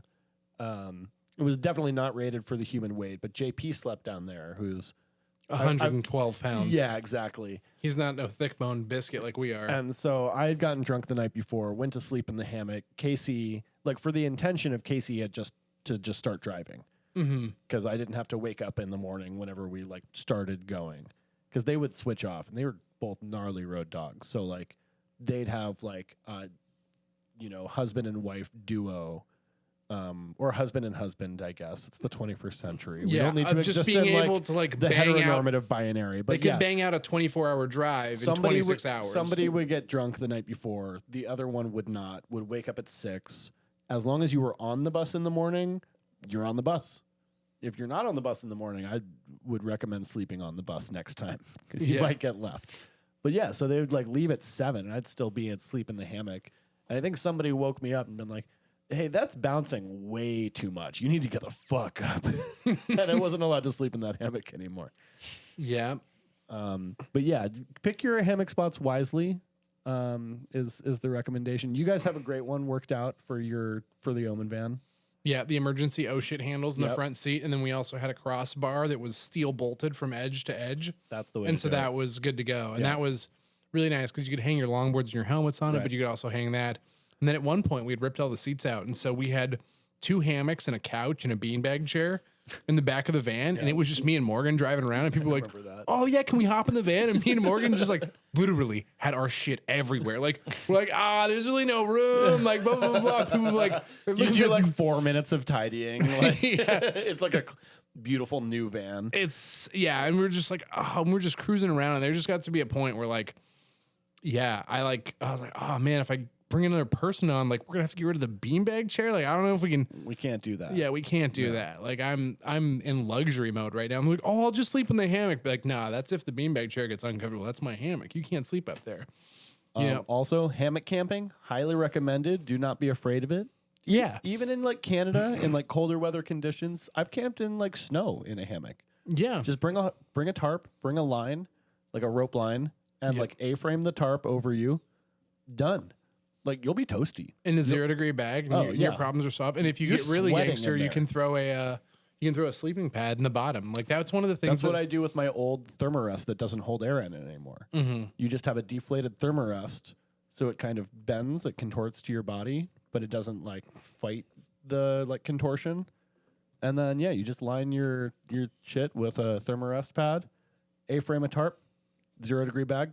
You're good to go. You're sailing. Yeah, I definitely think that is one of the things. Like, if you're going to a skate event, one of the best things to know is like Maybe bring a pup tent for your stuff. Mm-hmm. You know what I mean? Like bring a child's tent that was like $30 at Target for your backpack, and then you sleep in the hammock. Yeah, definitely. And I would say if you can, like Danger Bay, you can totally hammock. Maryhill, you can probably hammock as long as you don't go to the main The beach. old campground, maybe like next to the RV park for sure. So you know where the main one is? Oh, Queef Beach. There's like if you go like another up like in that tree. Yeah, if you go like another 30 feet past there. Yeah. If you go like another 5 minutes past there, you're good to go. And also if you sleep across the road, you're good to go, which is always nice because like super gangster moves, you sleep across the road because then when you're done partying, you just like go like 30 feet off into the dark and you're by yourself and it's quiet. Yeah. No, that's always the move at a skate event. Never camp near anyone else. Yeah. If you see someone like, we're going to put the fire pit here, walk away. Yeah. Like set your tent up. Right. If you see like Troy Yardwaste anywhere near a speaker that's like near your hammock, take it down and put it up somewhere else. Yeah. You're better off that way. Immediately. Yeah. But almost every skate event has some level of hammockability. Giants Head, you're good. You can go into the bleachers. You can go under the hammock gallery. Yeah. Yeah, you can go under the bleachers if you're really desperate. Yeah. You can bring your van full of your hammocks if you really want. It's cheating. Yeah, it's like, wait, you guys have a couch and you're still in the hammocks? Be like, yeah. You would like rock the couch out outside to sleep in the hammocks. I mean, you could sleep in both of them, but we'd put the couch outside so we could hang out outside Yeah. and people would come up. And that was like at the time where people were just like, wait a second, like, you guys really chilling this hard? Be like, yes, we are chilling this hard. Like, please come back. Be like, you guys skate today? Be like, no. We got a couch. We've been here all day. Yeah, we brought that up to Maryhill one time, and like we had the couch on the hill, and that was a no because apparently that was a fire hazard, but not the 400 hay bales we put on the fucking side of the road that were dry as shit. Or like the entire valley just being an entire tinderbox. Yeah. Quick. Name 3 skaters you know that have almost burned Maryhill to the ground. Oh, wait. No, I'll go first. Jesus. Nathan Blackburn, 1. Through 3. Yeah, 1 through 3. It's just a list of me questionably having, just so bad. I've put so much hay up on that hill, and it's been, every time is always just like, oh, yeah, my car kind of backfires. Like, are you sure you want me to drive up to the top? Like, shooting flames out the back. Like, ooh, it's fine. I remember when they were like, no spark pucks, you guys. It's too much of an issue. We're like, that's the issue? It's not the like 400 skaters here? So I enjoyed that. Follow-up question to you going to Giants Head. Have you ever skated Giants Head? Yeah. Oh, no. Yeah, for sure. Yeah. Giants Head's fun. You sounded a little questioning there. Yeah. No, I've skated it. What type of board? I imagine he was a double kick. The kinda last guy. time it was for sure a double kick, but I've also skated it on like a proper, like I went and skated Giant's Head for real one year and like did the whole thing and took runs every day and stuff. But I think the last time I was up there, I kind of just took like a run out, like on whatever double kick I had with me at the time. Oh, so scary. Oh, it was fine, you know. Skateboard wheels or soft wheels? No, soft wheels, Okay. but like 86A, like 62 mil, something like that. Something chill. Yeah. Just like doing a lot of power slides. As Like one does. You do like 1 or 2 runs and you're like, you felt like you've taken 6 runs because you're doing so many slides. And you're going so slow Yeah. on such small wheels. Exactly. Yeah, your wheels have done the same amount of revolutions as everybody else, Yeah. but you know, you have gone Yeah, you know, just like cracking little tail smacks in the root section after going into like going into yeah. tightrope. Mhm. Yeah, you know, just keeping it mellow, hitting some of the features, having fun, trying not to fall at the gravel corner. Maybe doing some dirt rides here and there. Yeah, dirt rides for sure. Yeah. That seems pretty manageable. So your summers were like I'm in Canada, and your winters are like I'm doing events down in Southern or like Northern California, and then traveling to Southern California for other events. Yeah, and working and doing other stuff. Did you have a job during any of this? Oh yeah. What have you done? What does the life of Dave look like? I mean, I've done a lot of different, mostly odd jobs. I think the longest I've had like a real, what you would consider a real job is like a year or something, like at a time. Whoa. But I mean, I worked in the cannabis industry for a long time in various aspects of manufacturing and marketing, and I've done photography semi-professionally and semi-lucratively. Sometimes I make money and sometimes I don't. Pretty much. Sometimes I have enough money to pay for more lenses, and sometimes I don't. Yep. And what do you shoot with at the moment? I've got a Pentax K1. I have no idea what that. I thought you were going to say like something normal, like a Canon, but no. No, I like Pentax because they never change their lens mounts. So you can buy like, You don't get like phased out. You don't get appled out of a product, essentially. no, I mean, I've got a lens, like my 70 to 210, which is a weird, That's a workhorse. yeah, that's a weird focal distance. It's kind of useless after like 150 mil ish, but it's an old Vivitar. It's way older than me. I think it's like 84 or something like that. I got it basically dead stock, and they just never changed their lens mounts. So it doesn't have autofocus. It doesn't have certain other things that people might prize in a lens, but it is like a barrel zoom. So it's push pull. Ooh, So I can do like focus pulls with it, pretty effectively too. which like for a $25 Craigslist lens is sick as fuck. Whoa. Yeah. Okay, winning. Or like a 51.7 is like $30 or something like that. And I just don't have autofocus, and it's fine. But the glass is phenomenal. And I do have some modern lenses. I've got like a 100 mil macro and a 24 to 70, and like your like more modern digital workhorses that like I would shoot a wedding with or something. But Which is actually why you're up here. that's true. I just shot a wedding on Saturday. It went well. They stuck it out. They got married. Not she divorced didn't, yet. she didn't run away. Pretty good start. He yeah. wasn't left on the. Dustin Oh, she- Hoffman didn't appear from the rafters. Okay, that's good. Yeah, no, it was nice. And you didn't ruin it. You didn't like fall over in the middle of like the No. vows. No, I Perfect. waited till after to get really drunk, like a normal person. I've done video for 2 weddings now, believe it or not, which is weird because I've never True advertised. monkey. Fuck no. You think he gets a job? No, look at me. I'm the guy you hire. People always assume I know what I'm doing and just talk confidently and hopefully it works. But like, so yeah, I got hired to do a wedding. I got hired for 2 weddings. One wedding, I didn't know the people, so I was super professional. And the other wedding, I did know the people, and I got like loose, and it was tough. It was tough to like keep a video stabilizer like on me at all times, like trying to film dancing. It's like Yeah.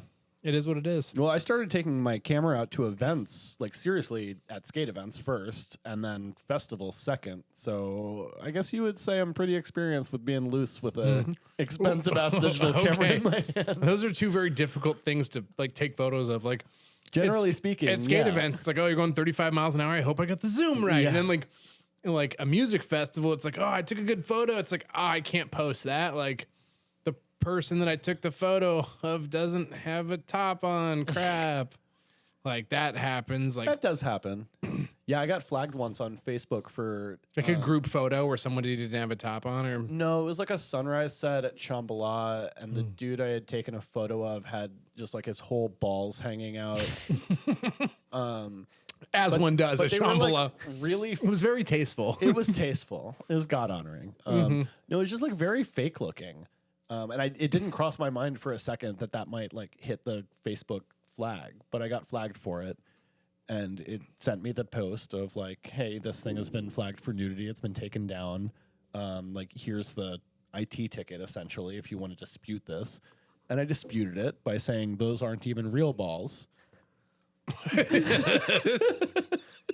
They fully were, but I made sure somebody had to like go and zoom in and be like, no, yeah, those are real balls. Not on my good Christian Facebook. Okay. That's... I'm sorry. I'm super proud of you for being like, they're not even real. Like, Those are prosthetic balls. those are peaches. It's totally fine. Dude, okay. It didn't work, but it was a good try. Yeah, and that will happen. I mean, Shambhala, what a phenomenal place. Yeah, it's a lot. Have you ever snuck into Shambhala? Twice. And as I'm not mistaken, it's quite a journey. Yeah, it's Like the first time you went over the back of the mountain or some shit. oh god, yeah, that was such a schlep. I think that was like the gnarliest 8-hour hike I've ever done. Did you not have $200? I don't know how. It's like 350, and also no. It doesn't matter if it was $100. I didn't have it. Yeah, I wasn't doing it for any amount of money. Is the point? Like, I didn't care at the time because my partying was limited to like punk shows and skateboard events. I didn't give a shit about festivals. I didn't even really like electronic music. I just liked partying. You're telling me you're gonna do this for 3 days straight? Like I'm in. Yeah, and I've heard a bunch of shit from like Hugh and like some of like Hoodie, some of the other like BC like coasties turned festival heads. So I talked to my friend Steffi, who had some friends going from Port Coquitlam. So That's a tough one. That was tough one. yeah. I know the word, and I wouldn't even dare attempt to say that's it. where Picton was from, the serial killer. What with the pigs? No, don't watch serial killer documentaries. Early 90s. It was a bit of a to-do. I sleep pretty lightly as it is. I don't need to start freaking out about the noise my dogs make. So she set me up with some of her friends in an RV and then broke her ankle at Giant's Head like 2 weeks before, like doing some dumb drunk shit, like climbing over a fence at 3 a.m. Sounds about right. Yeah, exactly. So I went with her friends who I didn't know but were very nice. And they were like, "Do you have a ticket?" I was like, "No, I'm sneaking in." And they're like, "Okay, we've never snuck in before," because they're normal people. Yeah. And they were like, "Okay, I think we can just like drop you off here, and then you can like just go that way and follow the entrance road, then you'll get in eventually." That's kind of spooky. You're in a different country. They just like drop you off with no service in the middle of fucking nowhere. It They're seemed just like, fine at the time. So, more importantly, I don't like the driver to be the only person like up and awake on a road trip overnight. I feel strongly about co-piloting, and I think you probably do too. oh yeah, I've definitely fallen asleep at the wheel driving down the road before Me going too. in between It's Denver terrifying. and Kansas City and like woken up and been like, oh shit, and like looked around and be like, Or like the rumble strips are hitting. oh and you're yeah, like, like frequently, yeah. So, anytime there's somebody driving, especially throughout the night, I will definitely get up and smoke spliffs with them and like DJ and make them tell stories and just like make sure we all get there safely, essentially. Oh yeah, So- very responsible. We get into Salmo at like just before dawn, like 5 a.m. And it's cold as fuck. We're at some gas station and they're like, all right, like we can just like leave you here or we can just drop you off at this random spot off the highway and you can figure it out from there. I'm like, just second one, like get me back in the RV, get me warm. I think I was like 10 beers deep at this point, just drinking all night, just co-piloting, hadn't slept. So they dropped me off. They dropped a defenseless drunk man off in the wilderness. Yeah, with like to bushwhack, by the way, like not actual trails. So they just dropped me off the highway. all I had with me was 4 beers, 3 weed candies, a bunch of spliffs, a liter of water that I lost on the first climb, and I think a cell phone. Oh, and my camera, my DSLR. Still don't know why I brought that. It's a terrible idea. But it made sense at the time. And What? and that, so all I had was like a Safeway bag, like a plastic bag of like my stuff, and then my camera like strapped around me. And I'm so glad that I got you on this podcast to tell this story. I only heard this from like Dustin. I'm like, oh yeah, Dave fucking snuck in, like blah blah blah. Like I didn't realize it's just like some people you kind of knew dropped you off on the side of the highway. Yes, and then like gave me a direction to go. So I like cross a ditch, and it's like just getting to sunrise. Just like 6. It's the ideal time to start a life-ending journey. And so I'm going up. I'm kind of bushwhacking, but I'm picking my way up the mountain, and it's just getting like steeper and steeper. As mountains do. And all of a sudden, I'm like bouldering, like doing pretty serious bouldering, like picking my line, having to like take the river valleys and like pull my way up trees and stuff. And it's like, I look down and it's too steep to down climb. So I'm like, well, fuck, I guess I'm going to the top of this mountain. Like, I mean, it was like 1,000 feet or something. It's not like a fucking crazy. I mean, but dude, like, as somebody who can barely breathe as it is, 1,000 feet's a long fucking way up there. yeah, I'm just like looking back down like, oh, I can't go that way. Gotta go up. Really? Yeah. Yeah, it got that gnarly. So I find like a crevasse that was like a river valley at one point. I'm like pulling my way up dead trees and stuff. And I finally get up to the top, find some deer trails. And they hadn't told me like how far like linearly from the highway the festival was. And I'd never been. Like, I think I like looked it up on Google Maps once, but like didn't internalize the actual distances very well. I can relate to this. Yeah. So I got up to the top of the mountain, had lost my water on the climb, pretty delirious, like crack a beer and start following the deer trails, do that for like 10 minutes. Eventually I'm like, I might as well like pop down the mountain. Like I'm probably almost there. Pop down and like the first thing I see is porta potties. I'm like, oh, I'm there. Like that was hard, but it like wasn't crazy. I would think the same thing. If I see porta potties, I'm like, yeah, music festival. Yeah. Here we go. Yeah, exactly. And then I see a dude in like an orange Vizzy vest talking to some like French traveler looking dudes. And I overhear him saying like, you don't have to go home, but you can't stay here. And I realized this is like not the main gate, but like the first gate. Like I'm so far. I'm so far from the festival still. And about to get caught by this other dude. So I have to quick dip back up the mountain, follow the valley like another bunch of miles. Eventually, like my hips are starting to hurt because I'm just like bushwhacking like on the side of a mountain. So my hips are all out of whack. So I'm like, okay, I'll come down. Like I'll just follow the river. And then I get down to the river, have the brilliant idea to cross the river. You've got a camera. I've got a camera. I don't know if you've ever been in like Canadian snowmelt. It's cold. Yeah, I've been in snowmelt rivers before, and that's super fucking cold. So I take like one step in, and I'm like knees. 2 steps in, I'm like waist. 3 steps in, I'm like chest. I'm holding everything above my head like I'm in Vietnam. You could have literally said any place that has water ever, like No, a like pool the- that's 4 feet deep. You had to go to hold his Nam. rifle. Like the old, like the thing with the Vietnam. Yeah, I'm sorry, that it's a doesn't. thing. Okay. It's an image that people have. I have to like jump the middle of the creek, or else I would have for sure just dunked all of my shit. This sounds like such a nightmare. Eventually, I get out the other side. My feet don't work because it's snow melt, so I have to like stand in the sun for half an hour to get the feeling back. Mm-hmm. And the river water at the bottom is the coldest. And now it turns out I'm on the wrong side of the river.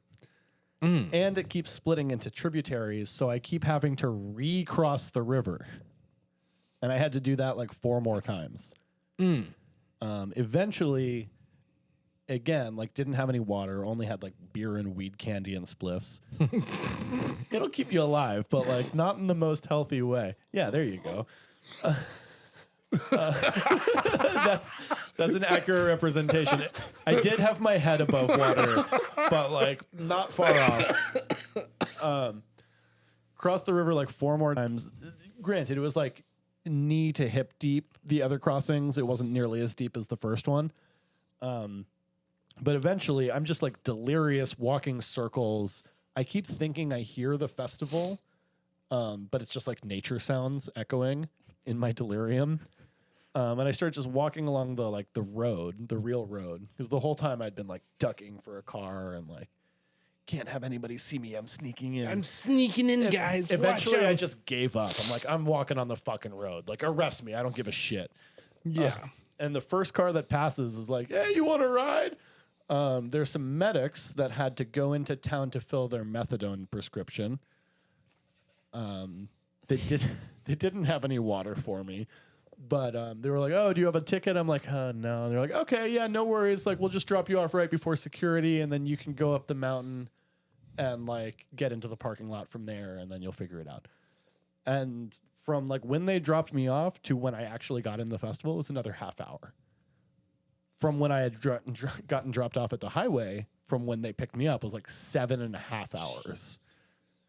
So I started at like 6 a.m., 5 a.m., I want to say, and I got in just after noon. Found some people along the way that were also sneaking in, and that was funny. And then, got in the parking lot and figured it out from there. Did a bunch of stressful drugs all weekend. That sounds terrible. Highly recommended. I mean, what was it? $350 just to be able to know? It was sold out. Like, I couldn't have bought a ticket if I wanted to, but I also didn't want to. I did it again the next year. Did it go more successfully the next year? I just got dropped off where those same dudes dropped me off.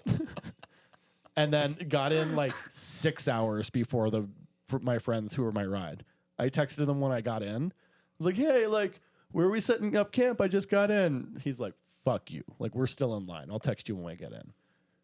Oh, because the line is so extreme to get in. And because I didn't do that. Yeah. Nice. That's what we like to hear. Anyway, don't poach skate events, poach festivals.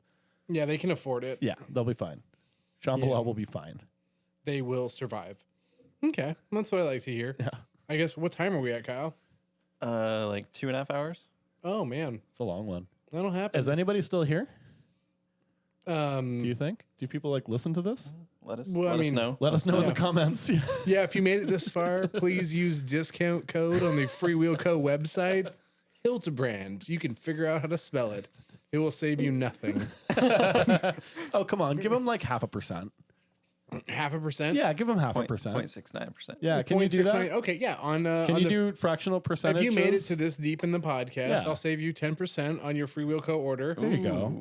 That's nice, yeah. And it'll be 10%, and it's Dave's last name. And I'll do that literally right now. Well, do it off camera. I mean, it's going to be boring if you do it on camera. I'm pretty boring to begin with. Yeah, that's true. Okay, so we've done it. Dave, thank you so much for coming on. Thank you for having me. I don't want it to end. Can we just do this forever? Yeah, can we just probably could. for the rest of the night, you'll have to come back at some point. Yeah. Hopefully, No, I'd love to. Yeah. Yeah. And we'll talk about more stuff. Hopefully there's some more shenanigans that go on. Did you ever make it to Cathlamet? Speaking of, Oh yeah, I went twice. I want to say the last year it went, which is also the last year it happened on race day, because I famously don't race at skateboard events. I set up my hammock. Me neither. Yeah, of course. Why would you? where do you set up your hammock? Because I set up my hammock for race day as well. Where did you set up your hammock? I set up my hammock, if you know, like, not the last left, but like the janky left that goes from like downhill, Yeah, like the flat chicane. intersection, under the deck, under that deck on the. Oh, like the law office, the white building? Yes. Yep. The white building. So you might have seen where I set up then. Do you happen to remember? No. It was on the front porch of the white building, like between the banisters. Oh, dude, I was asleep in my hammock for like 9 hours that day. Like I was not. And then whoever had ward over that building, we had just been like, drinking there all day. I'd set up like literally on their front porch. Like you couldn't get into the building because there's a hammock in the way. They went around the back and then came through the building, opened the front door and was like, you guys need to get out of here. And then we spilled a bunch of beer trying to like leave and left their porch all sticky. So sorry to the Cathlamet Law Office or whatever. You guys were very kind to us. Yeah, I really hope that event comes back. I do not think JP will ever do it. It's a nightmare. Yeah, it seems like a logistical. They cross a highway. Yeah. Like the logistics of having to cross a functioning state highway for a skateboard race. Yeah. Terrible. Yeah. And a medium Also, there's better race courses that don't cross highways. I think every part of that event besides the race was the coolest. Like the sidewalk showdown. Yeah. The free ride event.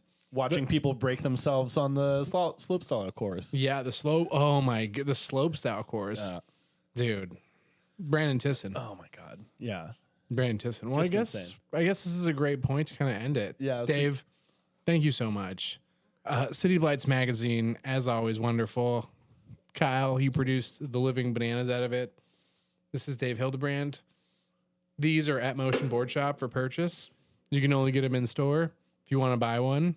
If you're listening to this right now on the Patreon, thank you for your support. Exactly. A real professional would have said that. Friend of the pod.